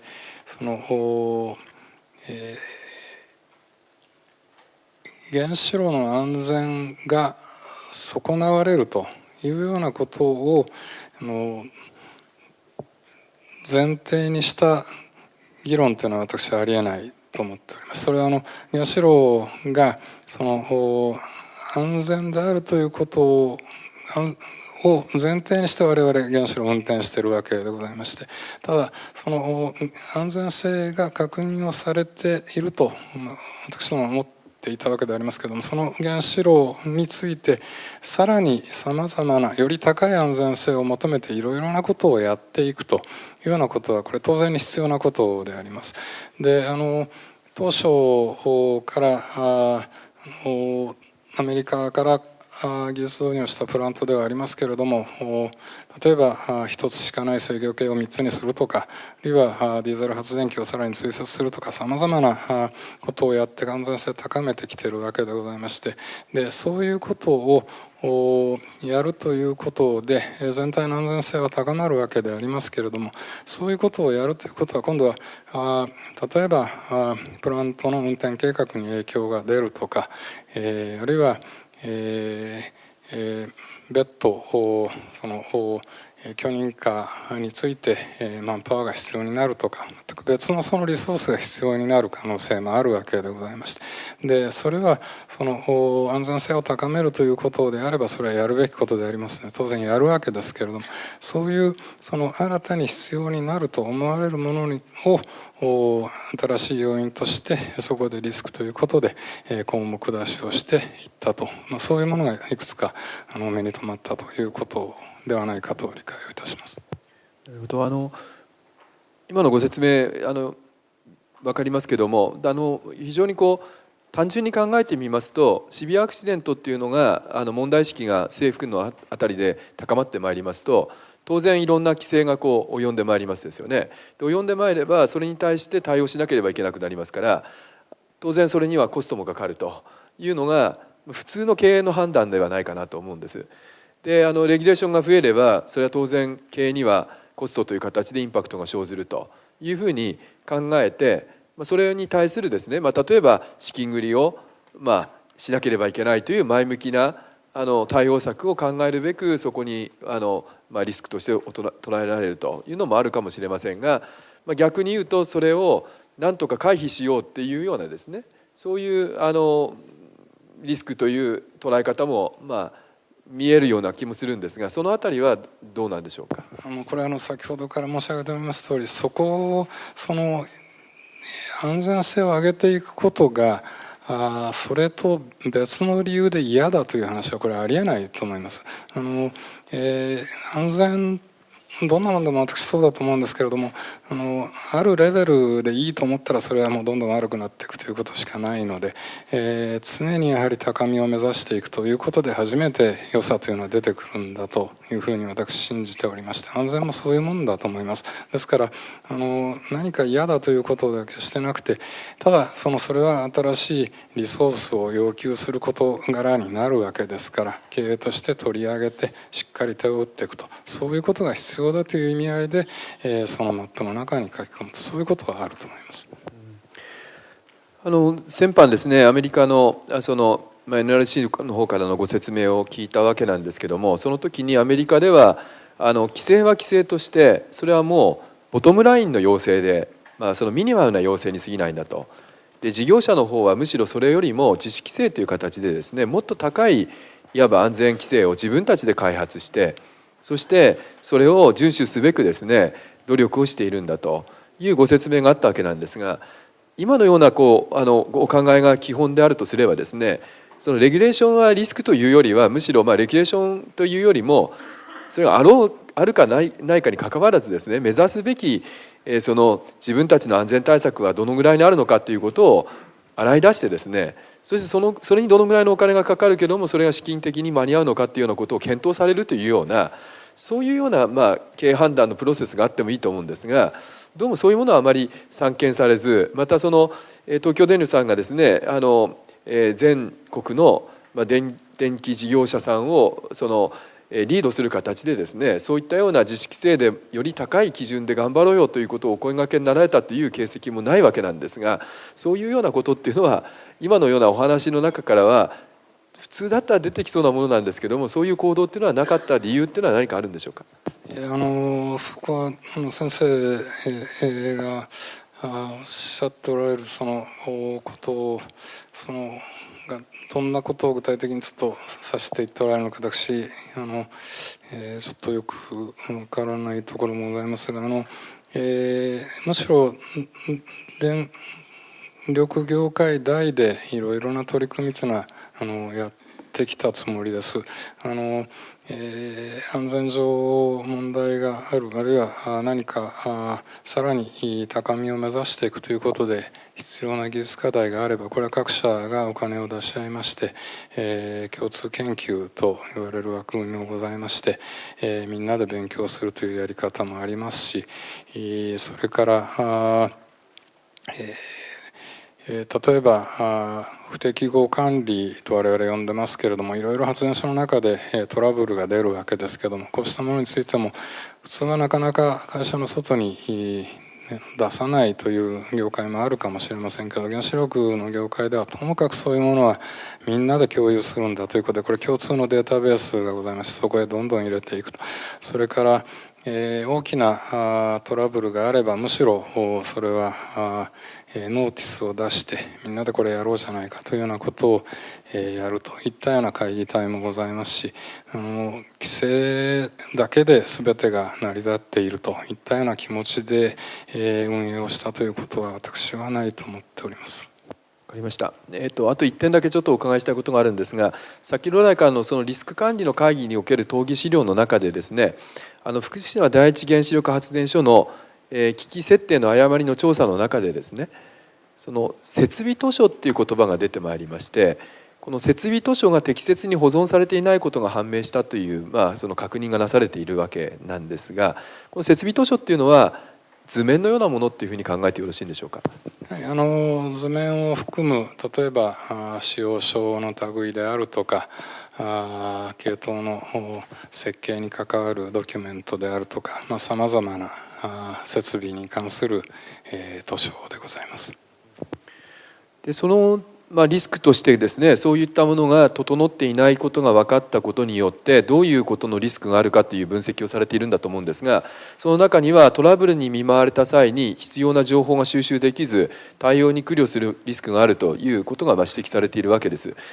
でこれが福島第一原子力発電所内でそういう問題点があるということは認識されていたわけなんですが、どうもその整備は平成24年度に完了予定であったように思うわけなんですが、残念ながら今回の事故には間に合わなかったということになると思うんですけども、この点はもう少し早く対応することはできなかったものなんでしょうか。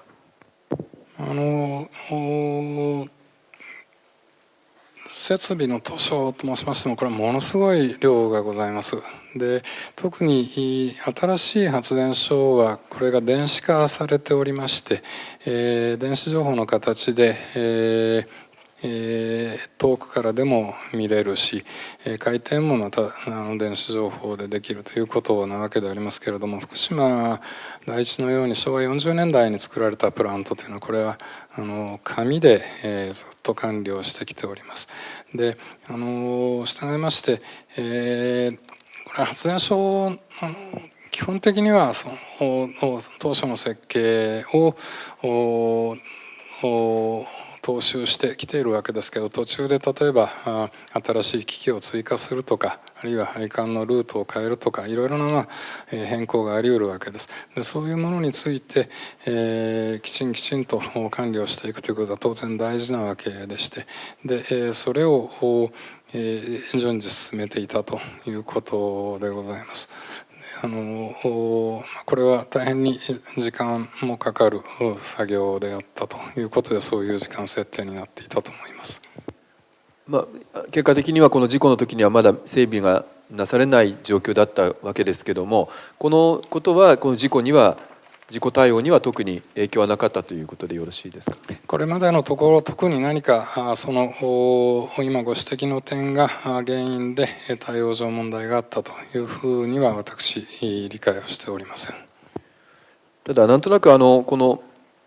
リスクが見つかった後のですね、計画がいろいろいつも出てくるんですけど、非常に遅いような感じがしましてですね、例えば後ほども議論になるかもしれませんが、こうバックチェックの話でもですね、官僚の目途の部分というのがものすごい先なわけですね。まだ全く完了していないという状態で、平成20年の後半ないしはその30年近いようなところあたりまでやり続けるような計画になっていると。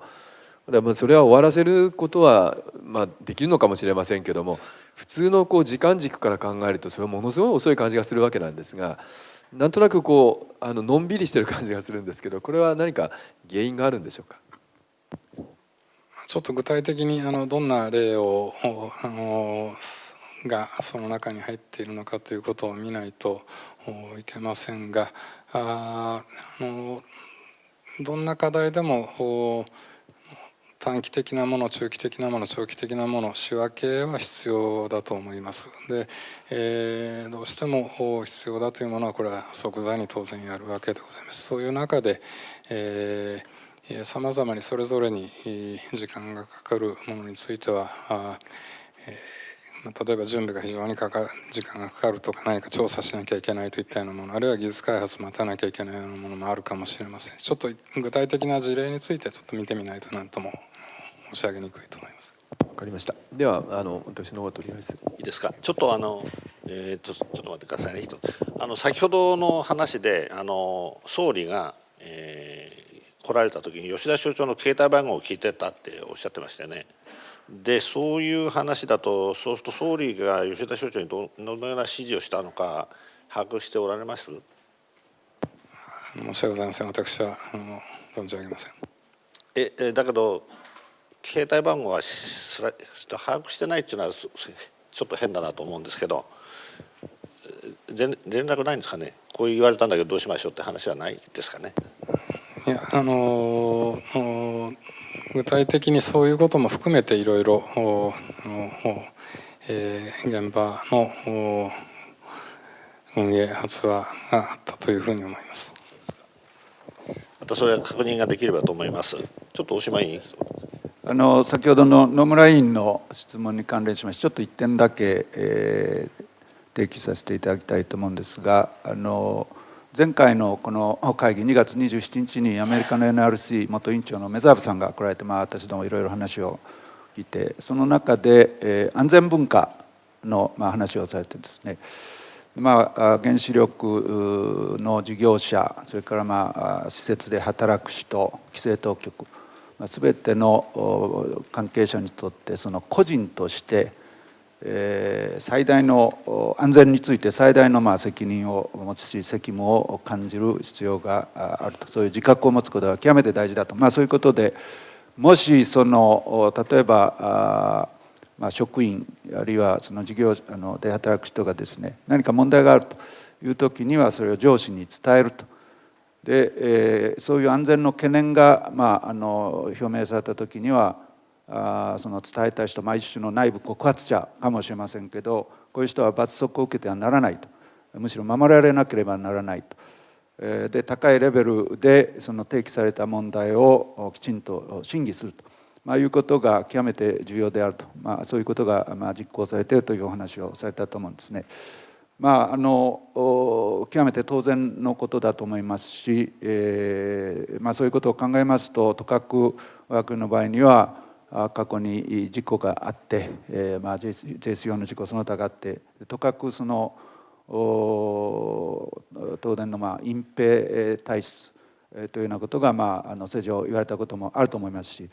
それから先ほどいろいろありましたシビアアクシデント対策についても、津波対策とか地震対策、あるいは IAEA の基準を受け入れることにおいて非常に遅い、あるいは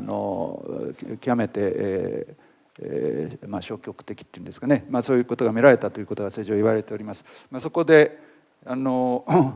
京電力の場合にこういったその安全文化を高めるために社内でどういう教育をされておったのか、あるいはその社内の内部規律、こういったものをですね、どういうふうになさってたのかということにちょっとご説明いただきたいと思います。さまざまな取り組みをやってきたつもりでございますけれども、特に私どもは平成14年に大変大きい不祥事を経験をしているわけでございまして、でそれ以降特にこれはしない風土させない仕組みと我々呼んでますけれども、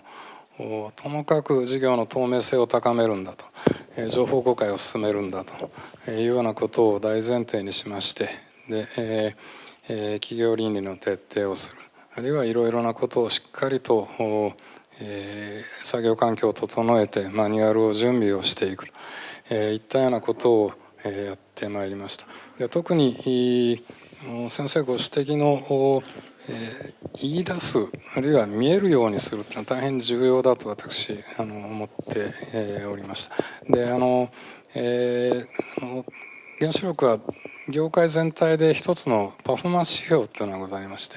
でこの PI と呼んでますけれども、そうしたパフォーマンス指標を毎月毎月発電所と本店とで管理をしながら、何ができたんだ、できなかったことは何なんだ、できなかったのはなぜなんだと、みんなできないのはどういう理由だと思うんだといったようなことを、これ私なんかも含めまして経営層も入って議論をするといったようなことを継続的にやってまいりました。でこれは物差しになりますその指標は世界共通でございますので、世界の中で自分たちがどこら辺にいるかということが大変によく見えるという特徴がございまして、こうした道具を使ってともかく安全性、品質より高みを目指していこう、そんなことをやってきました。それから一人一人のやはり当事者意識といいますか、先生おっしゃいますような安全に対する気持ちというのはとても大事でございまして、これも我々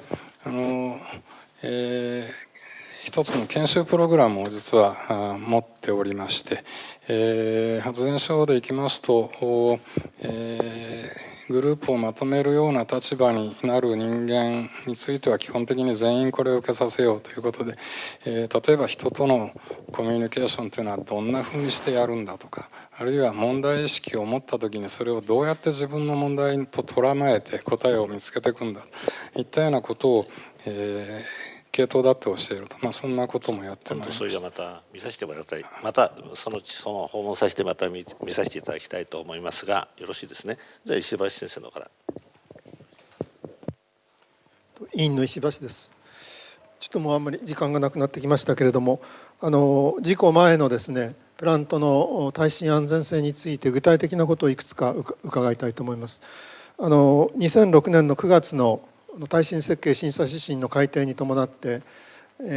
それに照らした耐震安全性の評価、いわゆる耐震バックチェックというものが行われているわけですけれども、保安院の指示によって、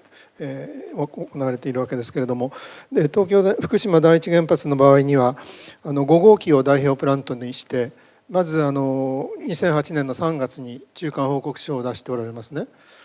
で2009年の6月になって、他の号機に関しても福島第一の5号機以外の号機に関しても、その中間報告書の改訂版というのを保安院に出しておられると思います。でこの5号機に関しては保安院の審議会で評価がなされたわけですけれども、他の号機も同様にであるという結果を出して報告されているわけなんですけども、まず第一の質問はですね、1号機から3号機にちょっと的を絞りますけれども、最大加速度600ガルの基準地震動 SS に耐えられるという結果を出されているわけですが、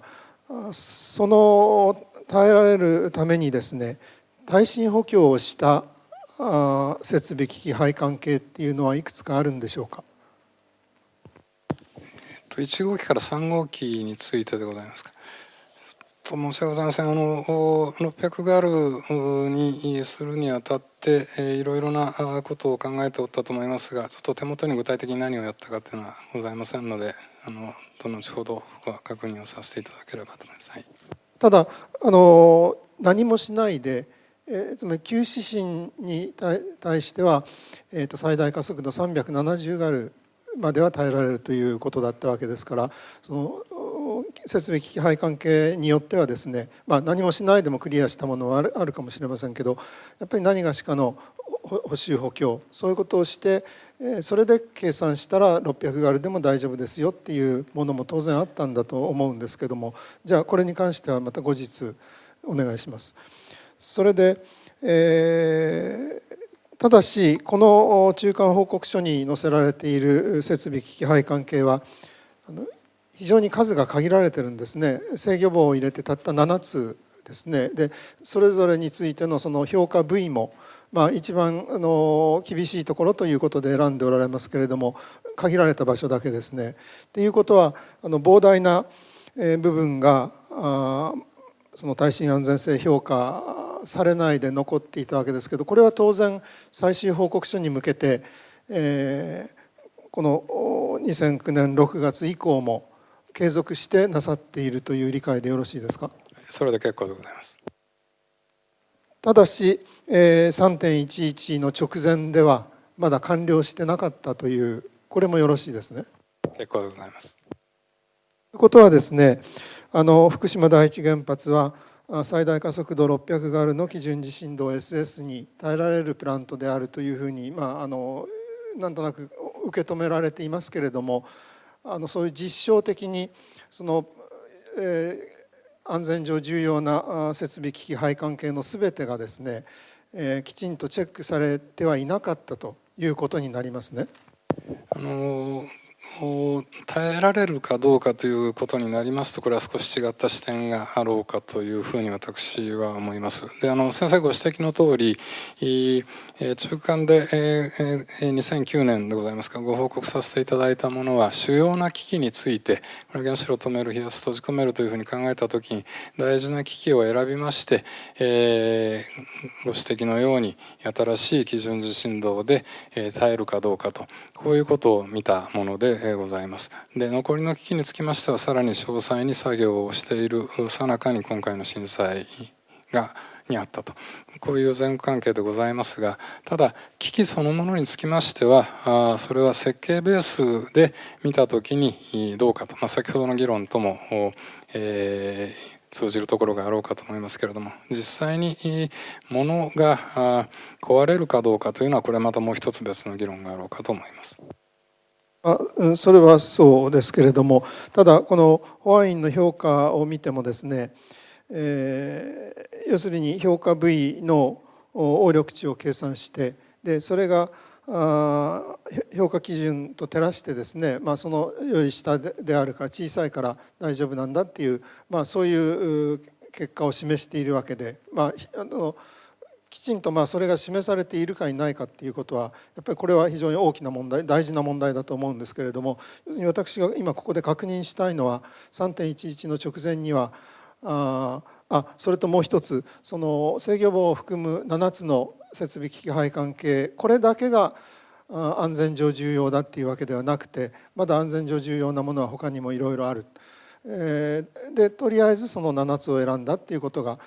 東京電力の中間報告書にも保安院の評価にもはっきり謳われているわけで、したがってそれ以外の重要な設備機器配関係に関しては要するに必ずしもまだ確認はされていない状況で 3.11 の強い地震の揺れを食らってしまったと、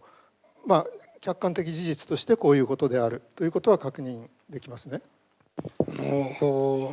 揺れの大きさということで言えば先生おっしゃるようなことであろうかと思いますが、ただその結果プラントがどういう状況に至る可能性があったかということで議論をするといたしますと、それは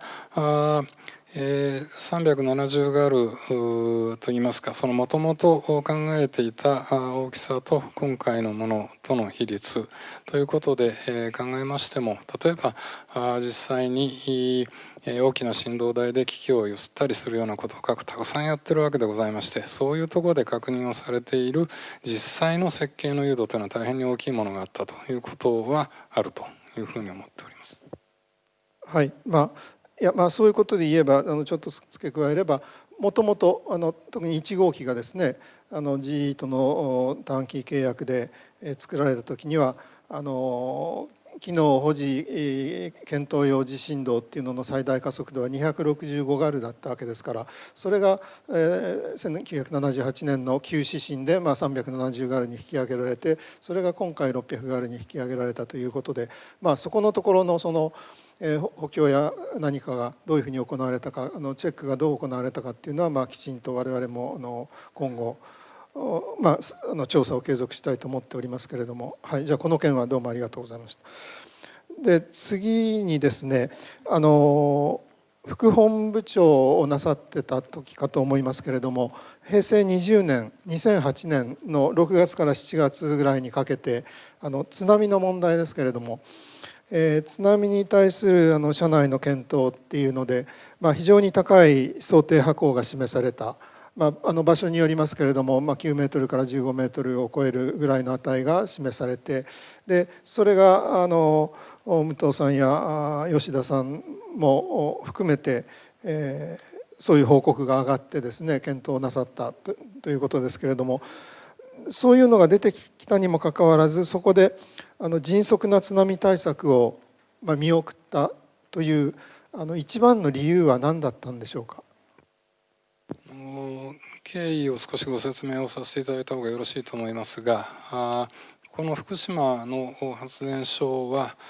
建設をしました時には想定津波の高さというのは 3.1 メートルでございました。でこれは昭和40年代に建設をしたわけですけれども、当時経験を福島の沿岸でしました一番高いものをベースにして、これはチリ津波でございますをベースにして設計をしたわけでございます。で国からそれで認可をいただいたわけでありますけれども、私どもはその後の技術の進歩も踏まえまして、これは2002年に専門家が集まってご議論をいただきまして取りまとめられました津波の評価手法という、これは土木学会の基準がございます。これは日本中の原子力発電所が設計のベースにして使っているものでございまして、私どもそれに基づきましてさまざまなシミュレーションをやって想定する津波の高さというのを見直してございます。でこれが 5.7 メーターないし 6.1 メートルという高さでございまして、当初の国から認可をいただきましたものの約2倍に見直したという経緯がございます。でこの時にご議論をいただいた中身でもって原子力発電所につきましては十分な安全性が担保できているというふうに私ども思っておりました。でそれはこの基準というのがそれまで経験をしました津波の高さにさまざまな不確実さを考慮して数値解析も加えた上で数字を出すということでございましたので、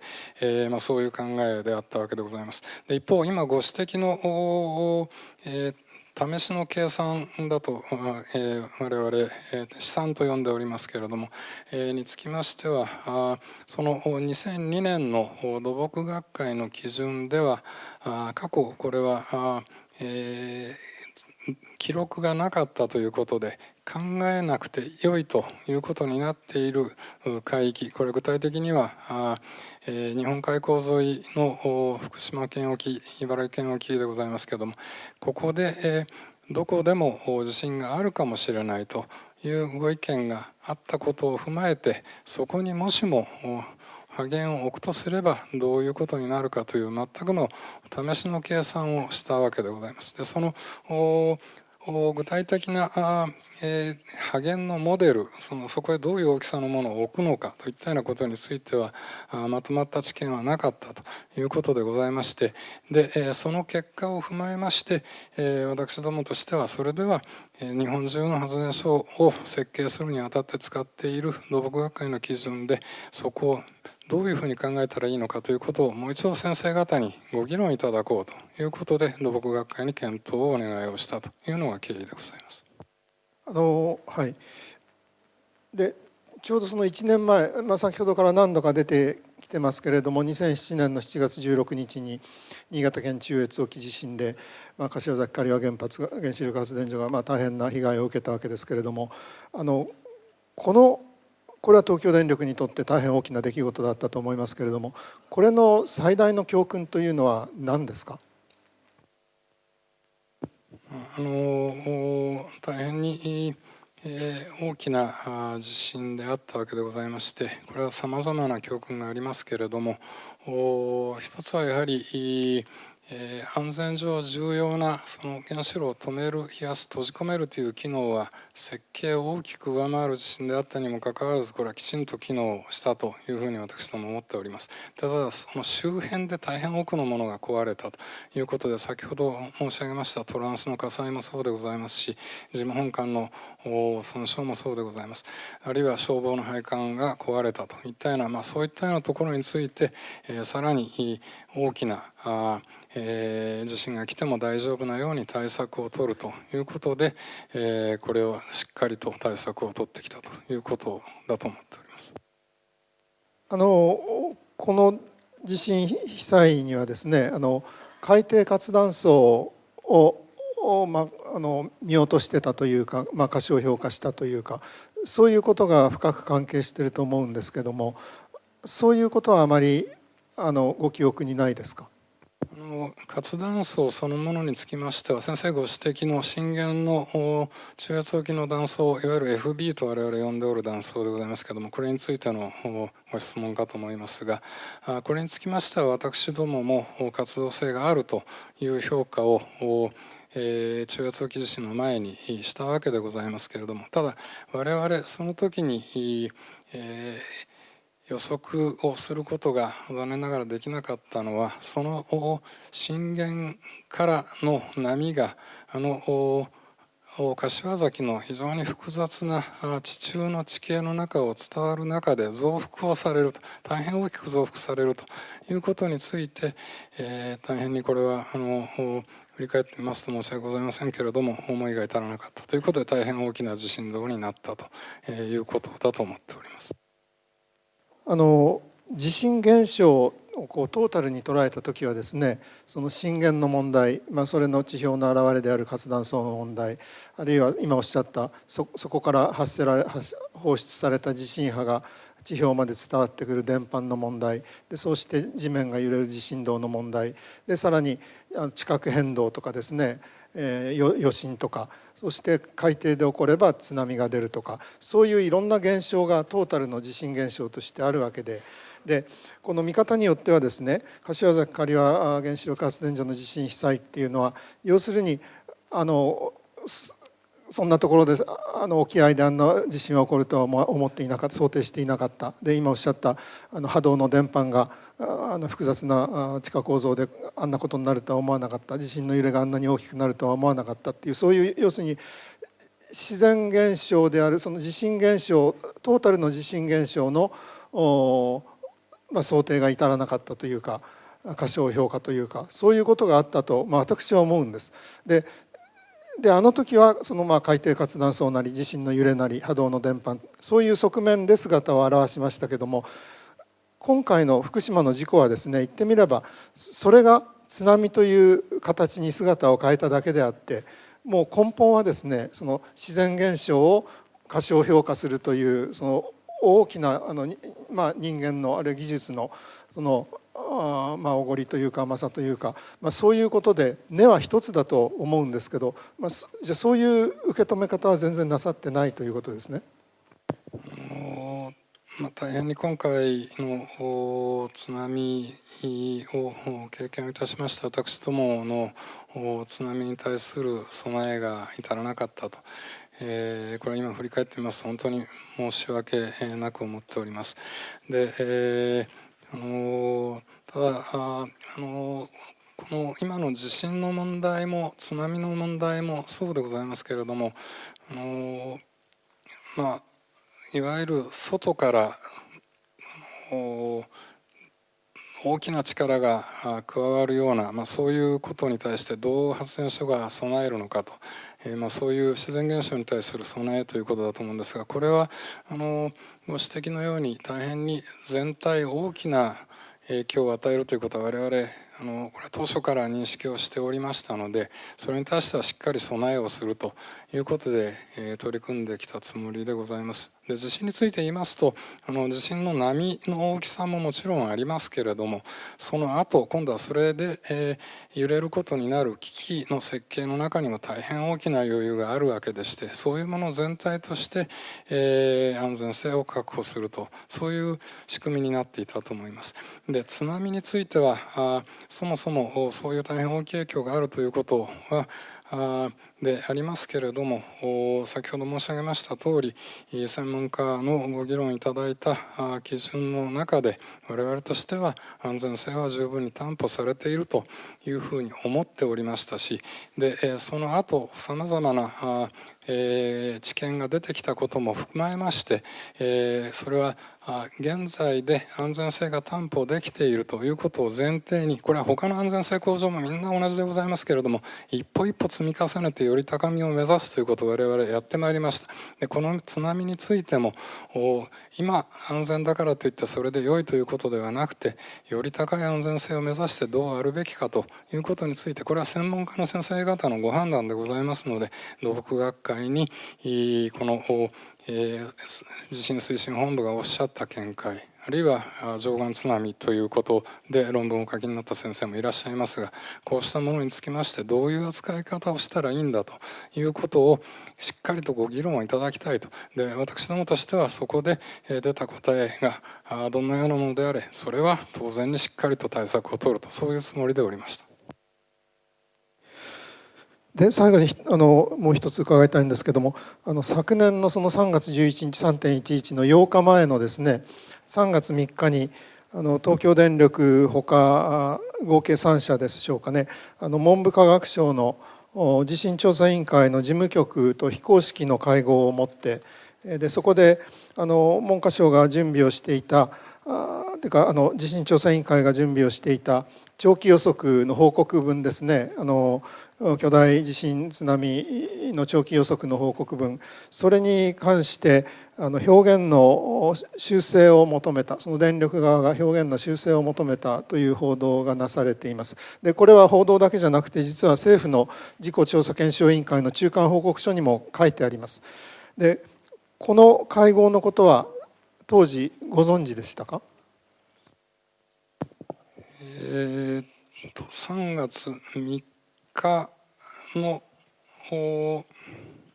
会合ということでございます。3月3日のあまり具体的に報告を受けたという記憶はございませんが、あるいは聞いていたかもしれません。ちょっとあまり定かでございません。そういうその地震調査委員会の事務局とそれから電力側との非公式の情報交換会というらしいんですけども、そういうものは過去にも何回か行われたんでしょうか。それぞれのところでそれぞれに情報交換はあったというふうに思っておりますけれども、詳細については私も正確には把握をしておりません。いや、例えば原子力安全保安院なんかとのですね、その折衝というか会合というか打ち合わせ、そういうものは、原子力事業者としては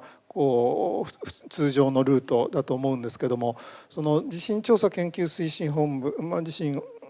調査委員会、そういうところの事務局と本来電力事業者は何にも打ち合わせる必要ないと普通の人は思うわけで、これはかなりその異例なルートだと思うんですけどもね、こういうことが行われているということをその原子力立地本部長がきちんと把握されていないというのは、これは非常に大きな会社としても問題なんじゃないでしょうか。ちょっと当時の記録を見てみないと、あるいは報告を受けているかもしれませんが、正確なところは今よく分かりません。つまり文科省の方はそのサイエンスとしてさっきおっしゃったその専門家の、津波の場合ですねの専門家の先生方によく検討してもらってっておっしゃったけども、そういうことを純粋科学の議論として行っていて、それを報告をまとめている、そういうところへその事業者が行っていろいろ注文をつけるというのは、仮にこれが文科省からの呼びかけがあったにしてもですね、やっぱりこれは非常に大きな問題で、場合によっては東京電力の名に傷がつくような不祥事と言われかねないことですから、これはきちんと事前事後に原子力立地本部は把握しているべきことだと思うので、よくご調査をしていただきたいと思います。よろしいですか。はい、今のお話をお聞きしていますと、いろいろ専門家、土木学会等々いろいろ審議をしていただいて結論を待っていると。でも危険はいつもあるわけであって、その危険を認識しておられるんであったらですね、その待っている時間の間にですね、当然安全側の作業対策とかそういうものができたんではないのかと。でそれからその先ほどのバックチェック、要するに耐震基準というのが2回ほど変わってますけれど、それによってその安全性評価をですねやり直しと。でそれをやってこういう問題があったということは報告されたんでしょうか。世間にという意味ではなくて、もうちょっと別の限られた世界かもしれませんけれど、それはちゃんと報告されたんでしょうか。それともですね実際にそれを直してそのバックフィットといわれる作業をやった後に報告するというふうになっていなかったんでしょうか。その時間は結構先ほど野村委員からの話ありましたように時間がかかると。その間の問題というのはないのかと。それからですねもう一つおっしゃっている専門家というのがこれは十分幅広いんだろうかという多分野のですね安全の考え方とかリスクに対する捉え方というのは十分検討されたんであろうかと。多重とおっしゃってるのはですね、例えば非常用電源があれだけあったけれど一つを除いてダメになってしまったというのは、あれは多重ではあるけれど安全ではないと。だから多重が安全だという発想はどこか問題があるんではないのか、他の分野であればそういう発想はしないではないのかという、そういう幅広くリスクと安全に関する視点というのは持たれるということはなかったのか。それからですね世界のベストプラクティスというのもやはりあるわけで、そういうのは十分情報を得られ、また訪問し、そうやって常に最先端の安全対策というのは検討されていたのか、その辺ちょっといくつかございましたがお答えいただき一つは時間がかかるのはなぜだという質問かと思いますけれども、バックチェックにつきましてはこれは指針が変わりまして、日本中のプラント全てが同じ作業をやることになりました。でこれができるところというのは非常に限られておりまして、発電所を当初設計をしたところの力を借りないとできない作業でございます。でそういう意味で、非常に時間がかかったという側面はあろうかと思っております。でそれからベストプラクティスということについては先ほども少し申し上げましたけれども、我々、自分のところだけを見るのではなくて、世界のいろいろなトラブル事例を見ながら必要なものは反映をするということでやってきたわけでございますけれども、今回の、津波につきましては本当にこれは申し訳ございませんけれども、こうしたようなことがに思い至らずこんなような事故になったということで、これは本当に申し訳なく思っております。確かに土木学会もあるんですが、建築学会もございますし、他の分野も国内にございますんで、そういう津波とかそういうものはやはりテーマであるわけなんですが、そういうことはあまりチェックされないんですか。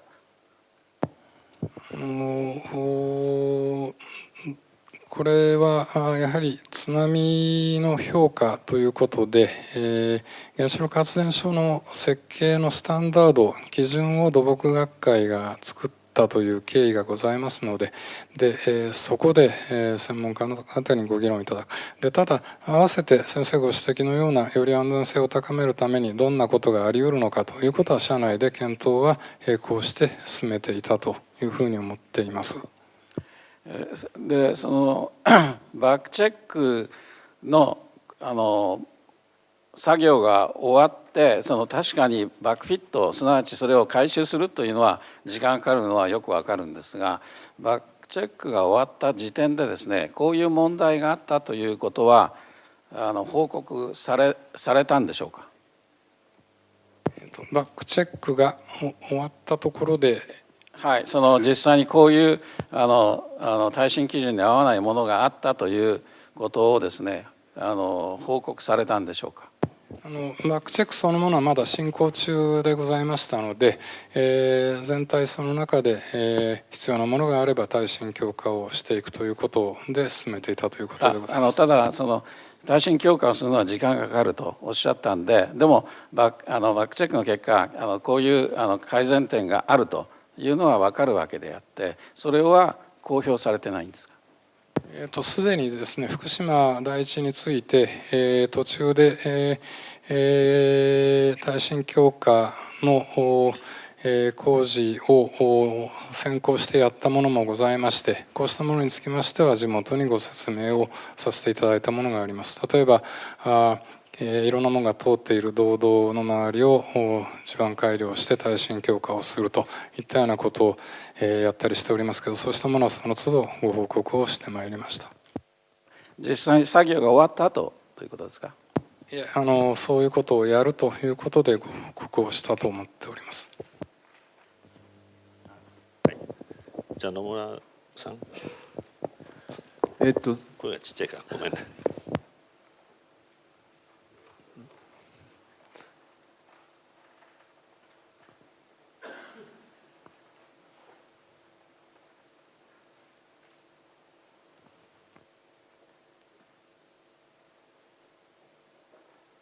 先ほど石橋先生からお話がございました3月3日の件でございますけれども、私のところに、メールが来ているということでございますので報告を一応受けたということだと思います。でただこれは文科省の方からご要請があって出かけていったということでございまして、そこで地震本部がお作りになった長期評価につきましてのご説明を聞かせていただいたということで、そこで、特段何か私どもの方から事実関係を曲げるようなお願いをしたといったようなことはないということで報告を受けております。はい、ありがとうございます。それは事後の報告のメールなんですね。事前にですね文科省からこういう呼びかけというか連絡があったけれども行ってもよろしいかどうかとかいうそういうそれは私が行けとか行くなとかいうような正確なものではございませんので、これはその後ということで結構でございます。よろしいですか。だいぶお疲れのところ恐縮ですけども少し最後お尋ねしたいことがありますが私ども国民は武藤副社長をですねテレビの画面を通じて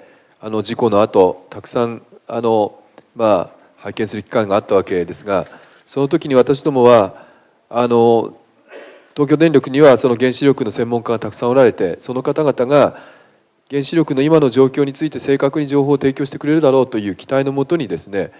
記者会見を拝見していたわけです。で今日のお話の中で議事録がこの間公開されたことを踏まえていろいろとお尋ねをした限りではかなり早い段階でやはりメルトダウンとか炉心溶解についての可能性については専門家として多くの方が共通認識を持っていたらしいということがちょっと分かったわけなんですけども、そのことを国民に対して知らせようというお考えは生じなかったのでしょうか。それはあるいはどこかからそれは情報的にはまだ出すべきではないというようなそういう指示があったのでしょうか。原子炉の溶融ということについてもう少し早く言えなかったのか、こういうご指摘かと思います。当初から私、先ほどもご質問いただいたと思いますけれども、原子炉の中に注水がうまく行われなければ非常に短い時間に炉心は損傷すると、それはそう思ってやってまいりましたし、みんなそういうふうに思ってやってきたというふうに思います。でただその状況につきまして、例えば炉心溶融とかメルトダウンというのは、言葉は短くて非常に分かりがいいというふうに思われるかもしれませんけれども、定義そのものはあまりはっきりしてないところもありまして、むしろ分かっていることをきちんとご説明をする。例えば周辺に放射能が出てきたということは燃料引く環境でこれは損傷している、これはもうはっきりしていることだと。あるいは、その燃料が一部溶融をし始めているかもしれない、そういうことをできるだけ何か一つ言葉を使ってご説明をするというよりはその状況につきましてその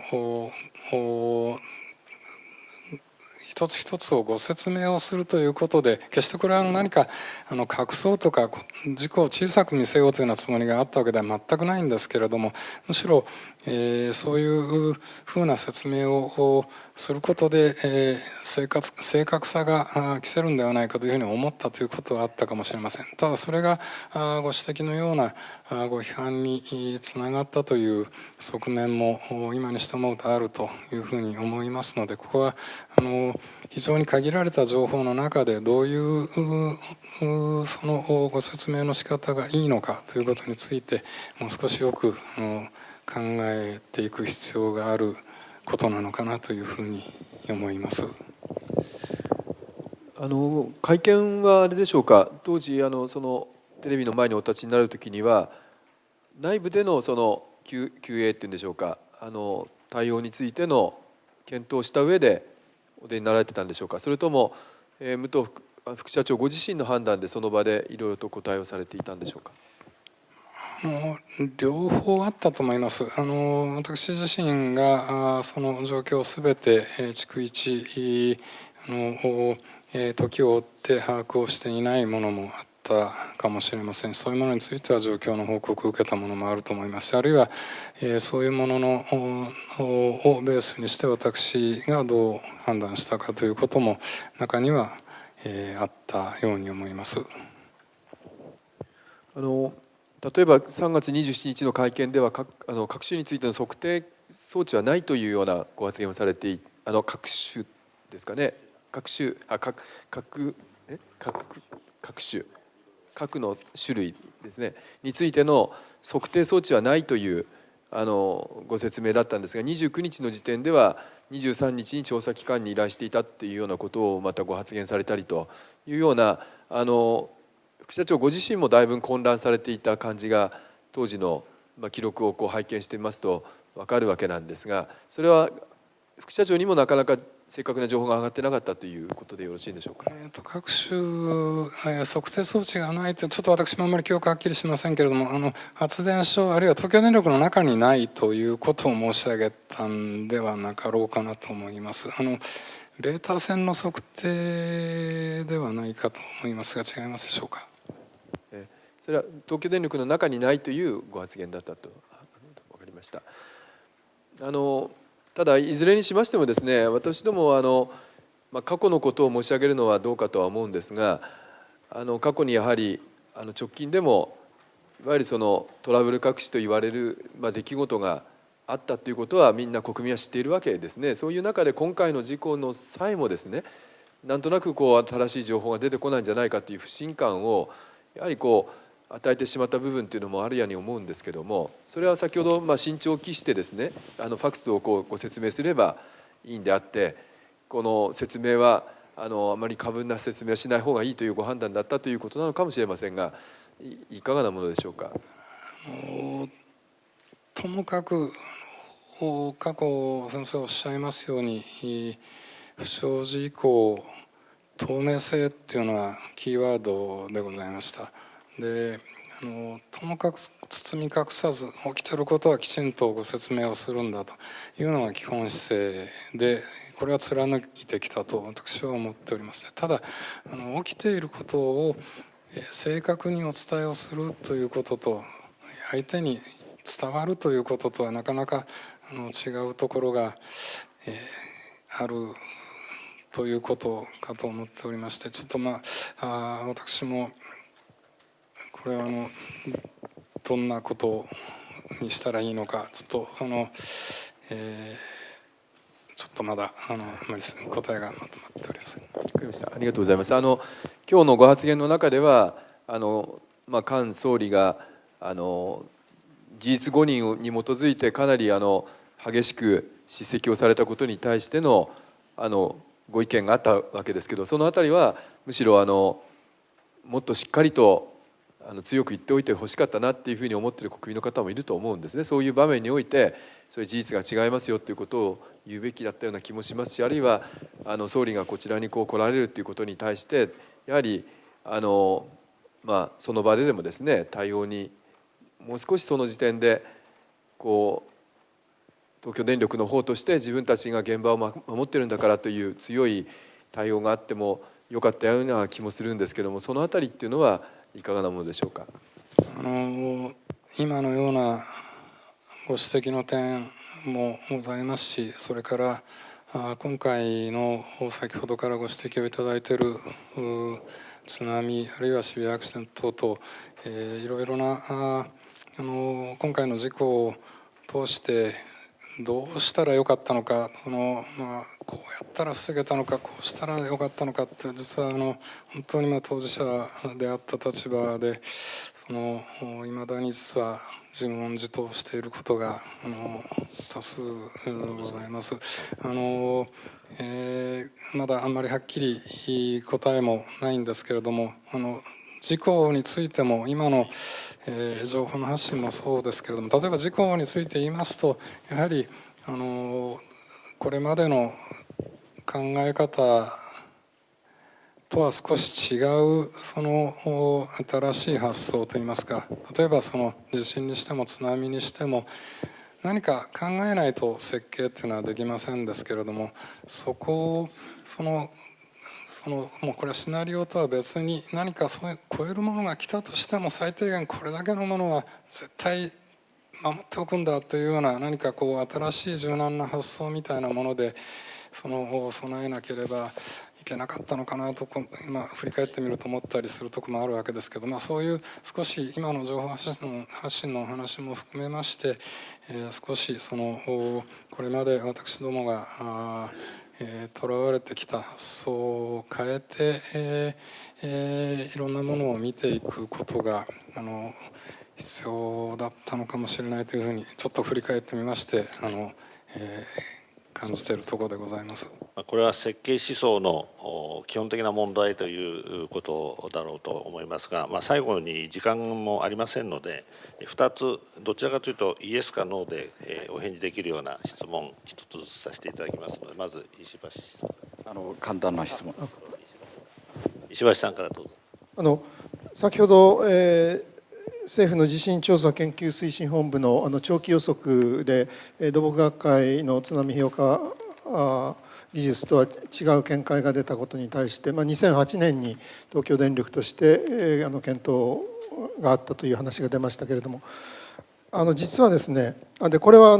東京電力の中間報告書でも政府の事故調の中間報告書でもそうなってるんで、2008年からって書いてあるんですけども、実は2002年にですね、すでに2002年の2月ですか、土木学会の評価基準が出て、評価技術が出て、でそして2002年の7月に地震調査委員会の長期予測が出たわけですけども、それを受けて8月の段階ですでに東京電力の津波に取り組んでいる技術者の方がですね、両者の違いに心配してというか気にして、で大学の先生に相談をしたりしているという事実があるんですけども、それはご存知ですか。具体的にどういう先生方にどういうコンタクトをしたのかということについては私は把握をしておりませんが、当然そういう議論はあってもおかしくないだろうなという気はいたします。その時にもう会社として取り組んでいればその6年間っていうのはとてももったいないという思いがあるわけで、それで確認したわけです。はい、どうもありがとうございました。では田中先生。ですね、これは前々回の時に同じ質問をですね寺坂元の原子力安全保安院の委員長さんにお尋ねしたら分からないというふうに答えられませんと、分かりませんというふうにで単純な質問なんですが、また同じことを伺いたいけれど、今ストレステストっていうのが、その運転再開の条件になったりいろいろしてます。で仮にですねこのストレステストの有効性との関連でですね、もしですね第一原発がストレステストが一昨年に行われてたら、これは第一原発の事故っていうのは避けられてたとお考えですか。家庭の話でございますので、今回のストレステストは地震、津波、あるいは最終的な熱源の喪失といったようなことでやってるわけでございますけれども、そうしたようなことも含めてどういう形のストレステストをやるかということで考えないと、これはなかなかお答えは難しいかなという気がいたします。はい、では最後にすぐお隣に住んでおられた杉塚さんから。すいません、蜂須賀なんですけれども、今までのお答えを聞いていると、これは私個人の思いなんですが、本日ここに武藤さんが来て答えるということを私たち避難者はとっても関心があったんですね。どんな答えを出してくれるんだろうと、本当に真実を話してくれるのかなというふうな思いでいたんですけど、しかしながら肝心な答えになると法とか決まりだからといって答えがなかなか出てこないなっていうふうに私は感じたんです。そして菅さんの時もそうなんですけど、武藤さんが話しようかな、でもこれは話していけないのかなって口をグッとつぶる様子が間近で見ていて、すごく苦しいのかなっていうふうにも思ったんですね。それで今日はここに武藤さんがおいでになるということは、東電が国民そして私たちから失っていると思う信頼を戻す絶好のチャンスだったではないのかなと私は思ったんです。委員長も最初の挨拶の中であったと思うんですね。しかし残念ながら私は感じませんでした。それでこれから東京電力が全国民から失った信頼を戻すためには、今後どのようなことをすればいいのかなと、今現在武藤さんが思うことをお伝えください。聞かせてください。私のご説明が至らんところがとすれば大変に申し訳ございません。私冒頭申し上げました通り、当時の責任者といたしまして精一杯お答えをしたつもりでございますけれども、足りないところがあるようでございましたら、これはまた追ってきちんとご説明をさせていただきたいというふうに思います。で、ご質問のその信頼回復ということでございますけれども、ご指摘の通り私どもこれまで原子力は安全ですというふうに地元の方々に散々ご説明をしてきた。それをこういう形で裏切ることになってしまったことについて、本当に私言葉もございません。本当に申し訳ございませんでした。で、信頼というのは、これは一言で回復といっても大変に難しいものがございますけれども、基本はやはり本当に技術的に安全だというのがまず出発点だと思っております。そういう点で今回その信頼の基本になっているものを我々なくしてしまったということで、これは本当にもう言葉もないわけでございますけれども、ともかく福島の発電所を安定な状態でしっかり維持するということが、まずこれは廃炉に向かって大事なことだというふうに思います。で、福島1号から各号機のその作業まだ続くわけでございますけれども、これが安全な状態で進んでいくというのが大前提かと思います。で、もう一つやはり信頼というのは、これも我々過去ずっと取り組んできたことでございますけれども、我々がいろいろ取り組んでいる姿をともかくしっかり見ていただくということが一番大事だと思います。我々透明性って言ってきましたけれども、私どもが取り組んでいる素顔、そのままの姿をしっかり見ていただいて、でそれで初めてその技術的な安全というものが安心というものにつながっていくということではないかと私は思っております。そういう意味で私どもその信頼の根っこを今回なくしてしまったということ、痛いほど強く感じているわけでございまして、ここをもう一度しっかり組み立てた上でその姿を今一度見ていただきたいと、そういうふうに思っております。根っこをなくしてしまったというふうな発言が今お言葉ですけども、その 根をもう一度張るためには、私はもう少し土の掘り起こしとかいろんな面があると思うんですね。ただ根を張ることだけでまた同じような安全安心共同共存共栄という言葉によって私たちが翻弄されないように、もっともっと私たちが理解ができるような信頼回復をしていただきたいと思います。はい、ありがとうございました。質疑も本当に尽きないところですが、時間も長所予定よりオーバーいたしました。委員会、今日の委員会は終了の時間となりました。武藤さん、本当にありがとうございました。そこで次回の委員会でございますが、3月19日、ウクライナの専門家をお呼びして意見交換を行う予定にしております。それでは本日の委員会はこれにて散会といたします。どうもありがとうございました。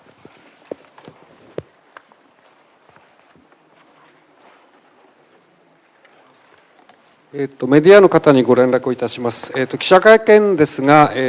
予定より15分ずらしまして、5時15分からこの場所で行いますので、よろしくお願いいたします。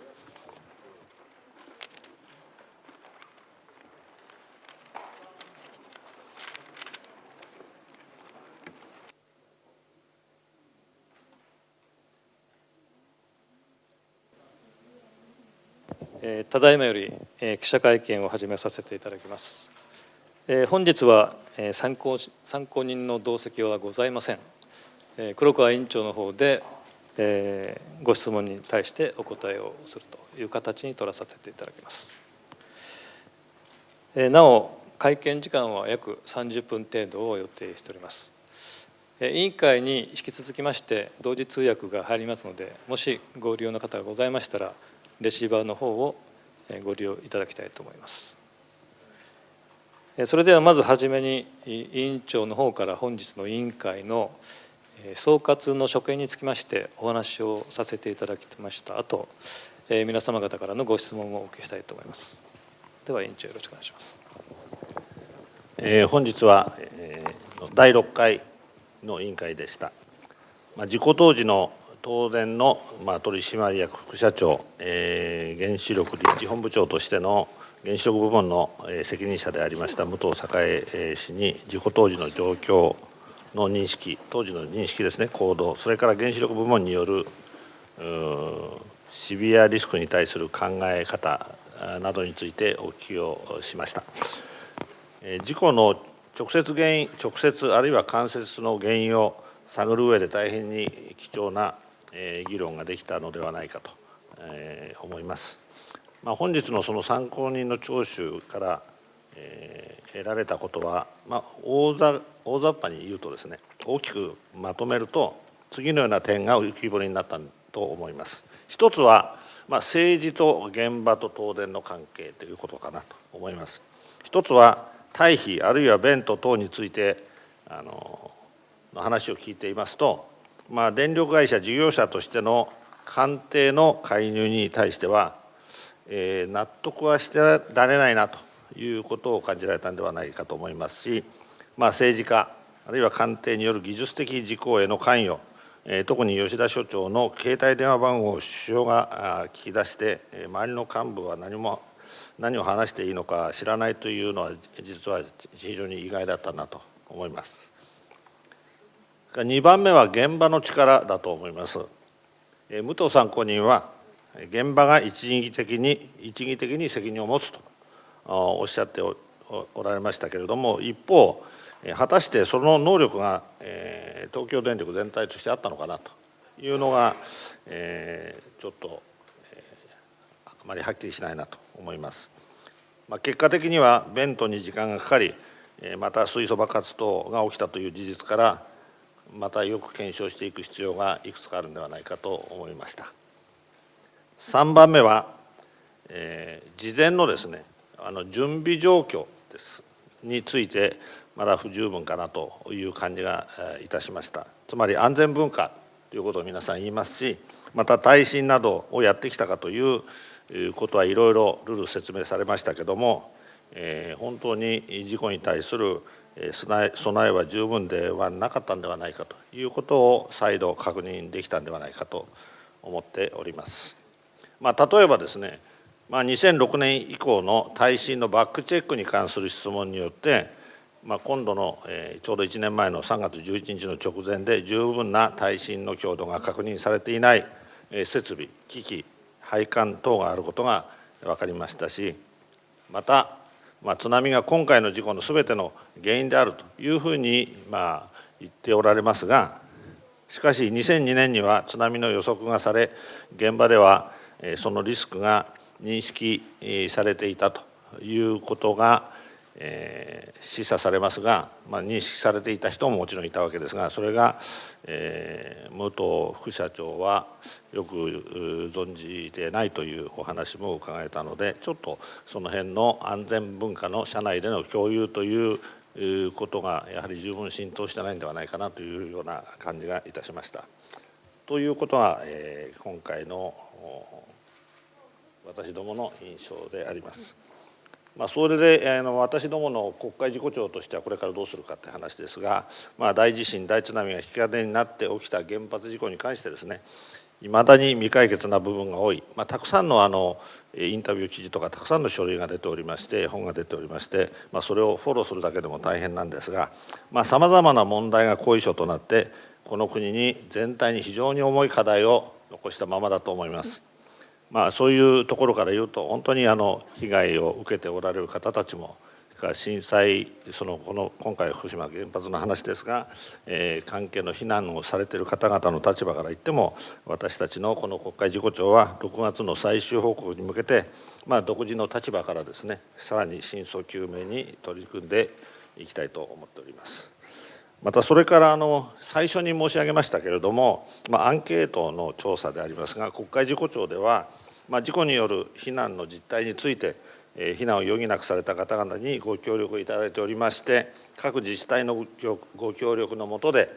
アンケートによる実態の把握を進めているところであります。大体今に5万5,000世帯にの一応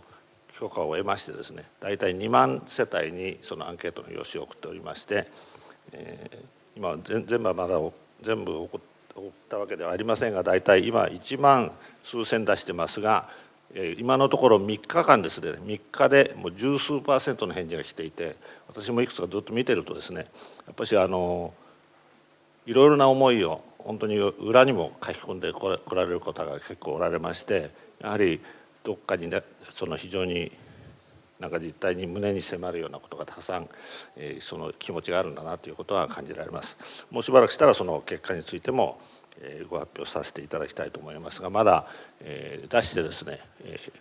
3日目で 10% を超えるような反応は非常に大きな反応だという話を、そういうことをやっておられる方から聞いておるというところでございます。以上のような進捗状況で、委員全体がですね、全チームが一生懸命本当に日夜たくさんの仕事を追っかけているというのが現状でございます。引き続き皆さんのご協力と、国民との対話ができるような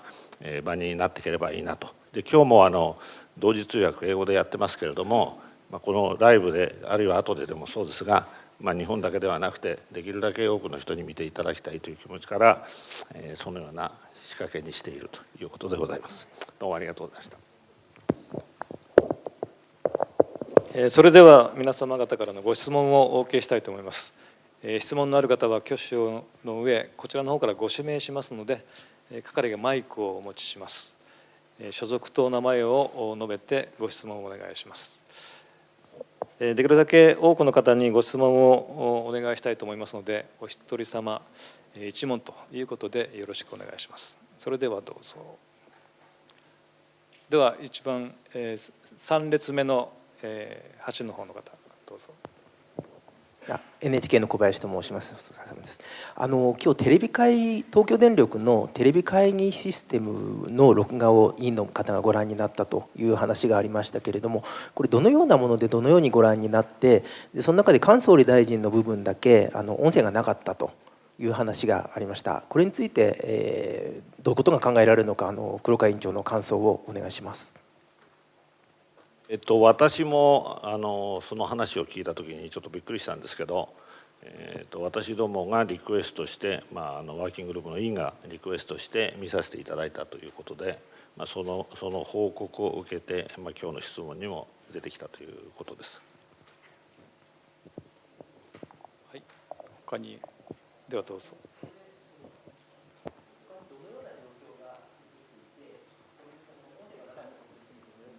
いや、私は全部見たわけではありませんけど、たくさんあるんだと思いますね、いろんな記録も。それで大体今日田中委員がおっしゃってましたけども、大体その1時間ぐらいの経過をフォローしていたということで、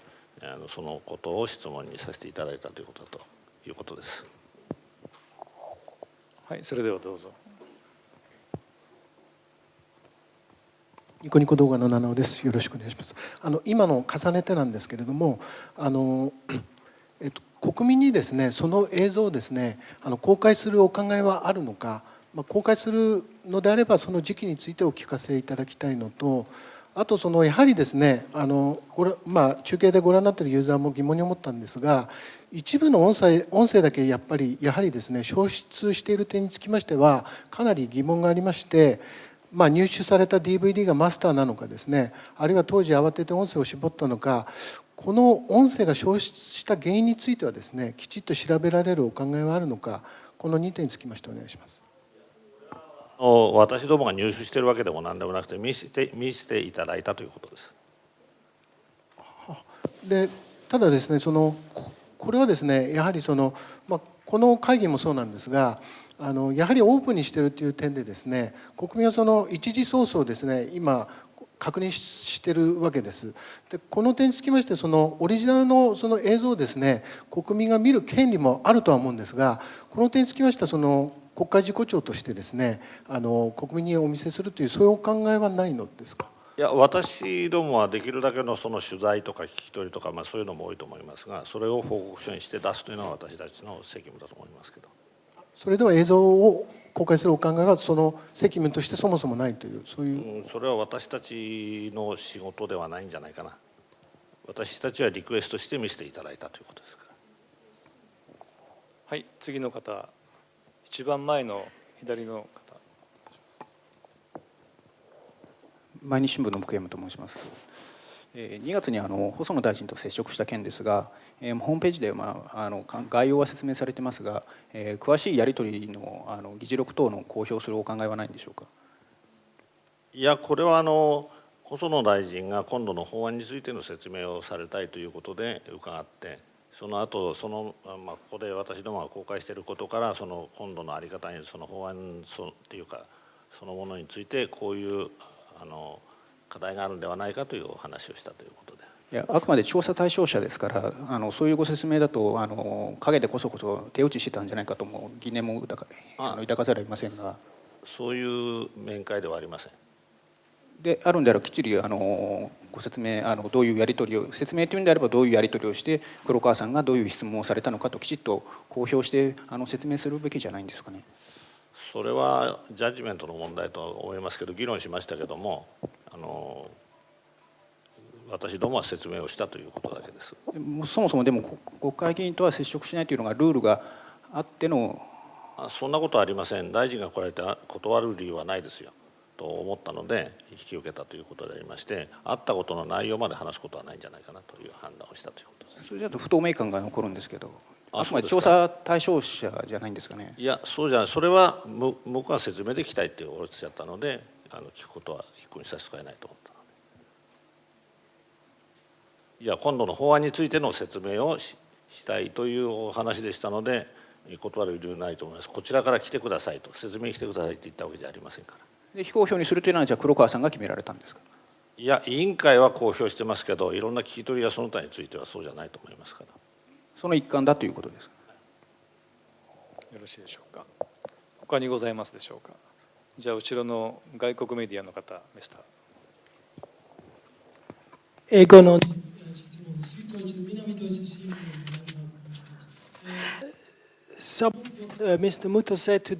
本日、武藤さんが言われたことは、東電が以前に言ったことと矛盾していた部分があったと思います。彼は真実を語ったんでしょうか。どう評価なさいますか。ちゃんと宣誓をした上での宣言を得られなかったことを残念に思われますか。の話がですね、今までのテプコの言ってることとコンシステントじゃないっていう質問ですよね。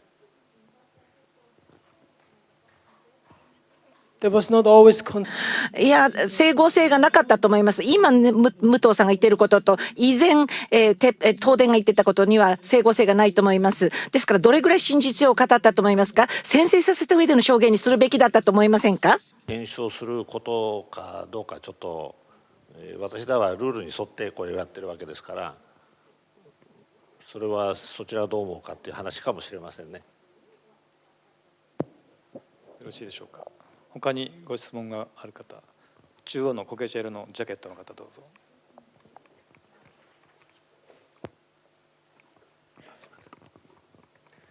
フリーランスの藤田と言います。こういった委員会を公開でおやりになるかどうかっていうのは当然のことながら最初の頃に議論されたんだと思いますが、そこで公開にすることのメリットとデメリットについて、委員長がどのようにお考えなのかというご意見をお伺いしたいと思います。っていうのは、先ほど原発のおそばに住んでおられた方がおっしゃったように、今日の武藤副社長、何か言いたいことがあるんだけどぐっと我慢しているようだとかっていうふうなことが出てくると、本来的に真実はどこにあったのか、これから対策をどうすべきなのかというこの委員会の役割を果たす上で、公開でやることにもやや支障が出てしまうのではないかというふうに考えますので、その辺ご意見をお伺いできればと思います。それはこの次元ですけど、この法律で決まっているように、基本的には原則として公開と言ってるわけで、全部公開するかどうかっていうのはこちらが決めることじゃないかなと思いますが、原則として公開と書いてあるので、できるだけ公開でやっているということです。そうです。他にございますか。じゃあ中央のセーターをお召しの方。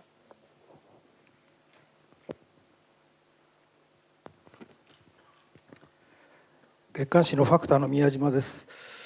黒川先生が最初におっしゃった、政治、行政府の長、総理閣僚とその現場というのが一つの今後の焦点だというふうに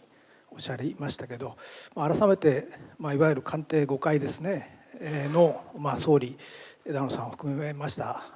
あと海田さんですか、これらの方の、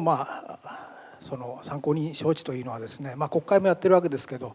やはりある程度早い段階でセットしていくようなことが必要だと思うんですけど、その官邸5階に対するその参考人聴取というのはどうお考えになっているのかというのが一つ、それからもう一つは八須賀さんもおっしゃってましたけど、東電はまだ説明不足だと、先生のご質問にもありましたように、携帯電話のその吉田所長ですとか、あるいはその全面撤退で海田さんと実績なやり取りをした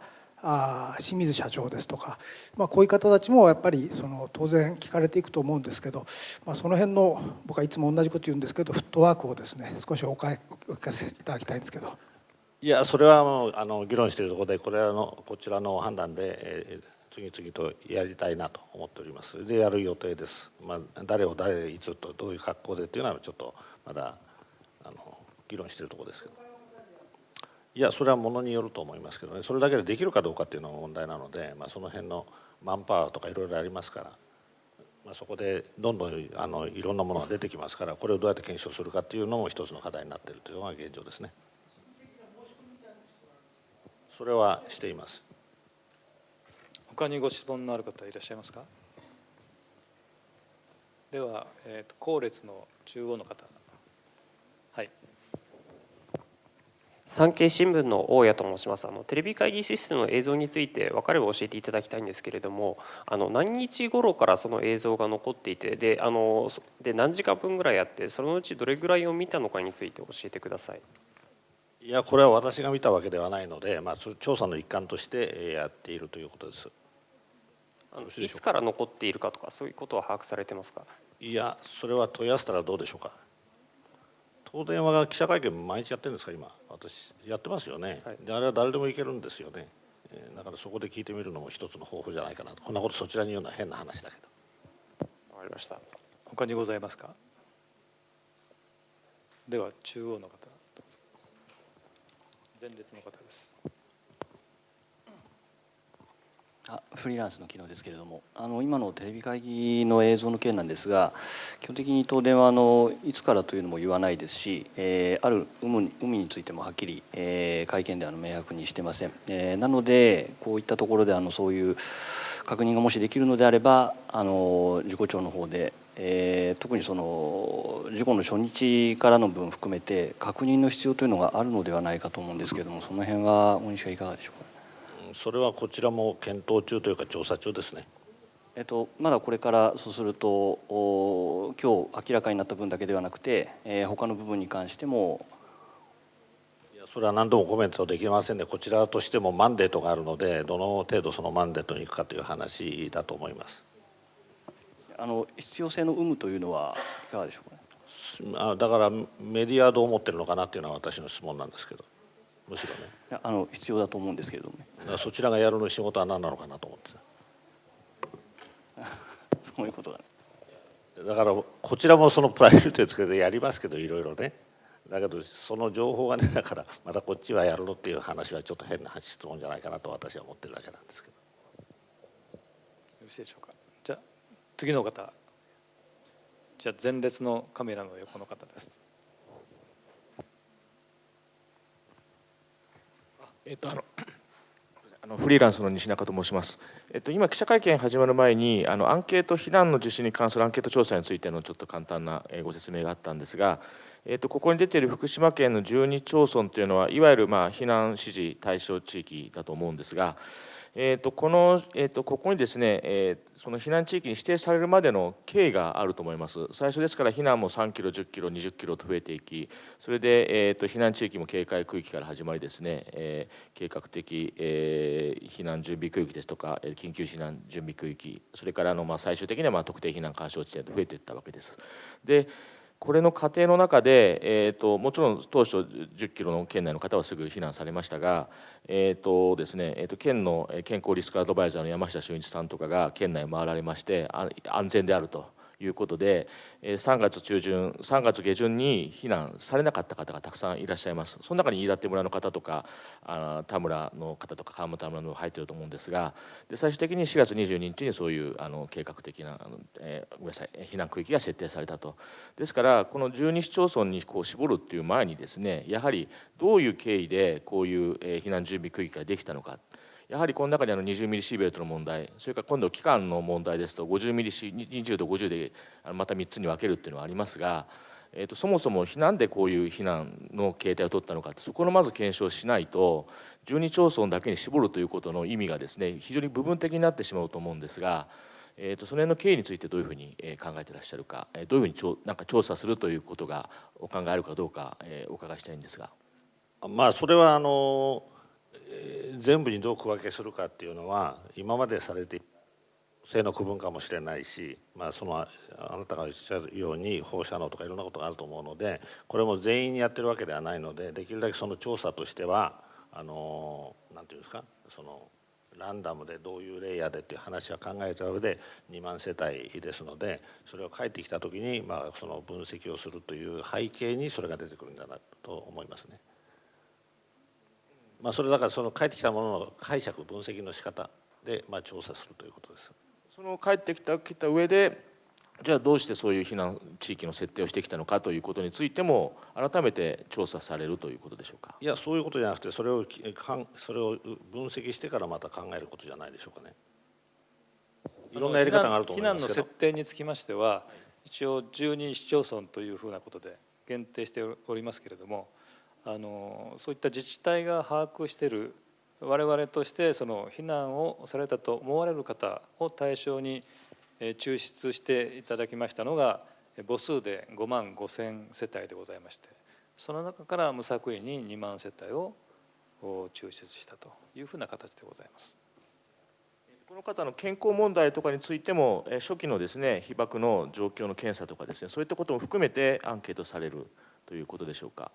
あるいはそれの政府の対応について調査されるということでしょうか。あくまでも避難の実態の調査でございますので、健康問題のところについては今回の調査対象外でございます。ただ委員に崎山先生とかも入っておられますし、やはりこの委員会で徹底して調べるべき事柄だと思うんですが、今後の健康管理の問題もありますし、いかがでしょうか。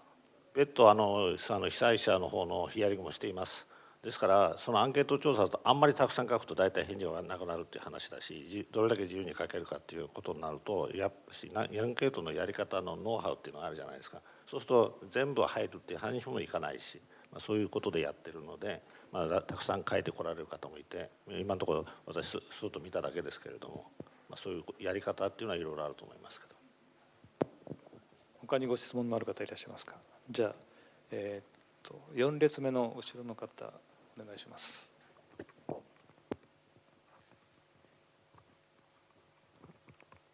フリーランス記者の上出と申します。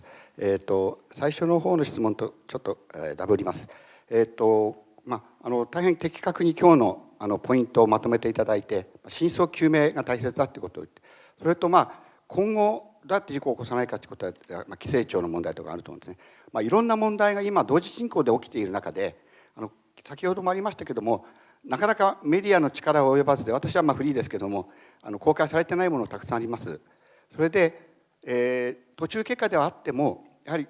国民がやっぱりみんな疑問に思っていることについては公開していくとか、それからあと国政調査権が使えるという唯一のあれで、ありますし、もうそれについては政府原発の方からのご意見も聞いているようですが、その辺で見てきた国民の疑問とか今日の要望に応えれるような、速やかな反応といいますか対応していただける範囲っていうのはどこまでなのか、それからすでに国政調査権に基づいたからこそできた説明っていうのが我々の公開できていない部分であるのかどうか、その辺はある程度オープンにしていただきたいと思うんですが、いかがでございましょうか。基本的にあまりうちはちゃんとまとまったある程度の見解が出たところではほとんど発表できるとは思うんですけど、まだまだプロセスですから6月まで待っていただかないと、と思いますが、この間の規制庁の問題みたいなのは非常に緊急性があるなと思ったので、私の個人的な意見ですけども一応出させていただいたということです。だからそういうことから言うと国民が知りたいことっていうのはたくさんあると思いますけれども、全部にこれだけで答える、できるだけ答えようと思ってますけど、それは最後の結果を、どこまで期待に応えられるか、ちょっとそう言われるとまたちょっと何とも言えないんですけど、皆さんすごく調査その他聞き取りヒアリングその他もやっておりますので、ぜひそれを見ていただくより仕方がないかなと思ってます。そろそろお時間が迫っておりますので、じゃあ2列目の方お願いします。朝日新聞の鈴木です。たびたびテレビ開示システムの映像の件で恐縮なんですが、ちょっと確認したいのは、これ音声が入ってなかったというのは東電側の説明ではもともと入ってないということなのか、もしくは資料を提供するにあたってですね、音声は消しさせていただきますと、その合意の下で主張されたのか、もし後者である場合にはですね、国会から付託されて非常に強い権利を持った事故調査委員会ですから、しっかりとですね、これは法的な部分を伴ってですね、これはしっかりその映像の入ったものを提出してもらうと、自己調査のためには必要だと思うんですが、そういったおつもりというのはあるんでしょうか。いや、私どもが聞いているところでは音声はもともと入ってないということでした。他にございますか。最後の質問ということで、じゃあ3列目の左端の方お願いします。よろしくお願いします。NHK の山崎です。最初に、先生の方で今日の論点まとめていただいたと思うんですけども、今日ちょっと委員の方からもありましたけど、率直に言うと武藤さん、これまで安全については頑張ってきたという、一種の自己弁護的なことしか私は聞きなくて残念だったんですけども、唯一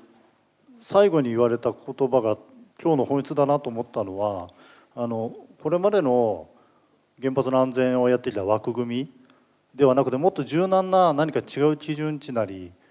でやってくるべきだったんじゃないかという、自問自答されているというところが一番の本音で、実は事故を防げなかったのはそこなんじゃないかなと思って、今日の唯一のことかなと思ったんですけども、全体の総括ではなくて黒川先生自身が今日の武藤さんのヒアリングを終えてですね、どの辺をポイントとして読み解かれたのかっていうのをちょっと最後に教えていただいてよろしいでしょうか。いや、これは皆さんそれぞれ感じていることが違うんじゃないかと思いますね。だから私の全く個人的な感想は、やっぱりそれぞれの立場でそれぞれのポストにいる人がどれだけの国のことを考え、国民のことを考え、その権限に見合うだけの責任を取るつもりで仕事をしているのかということなんじゃないかなと私は思いますけどね。よろしいでしょうか。それでは、ご質問の方がございませんので、以上で、すいません、じゃあもう一方どうぞお願いします。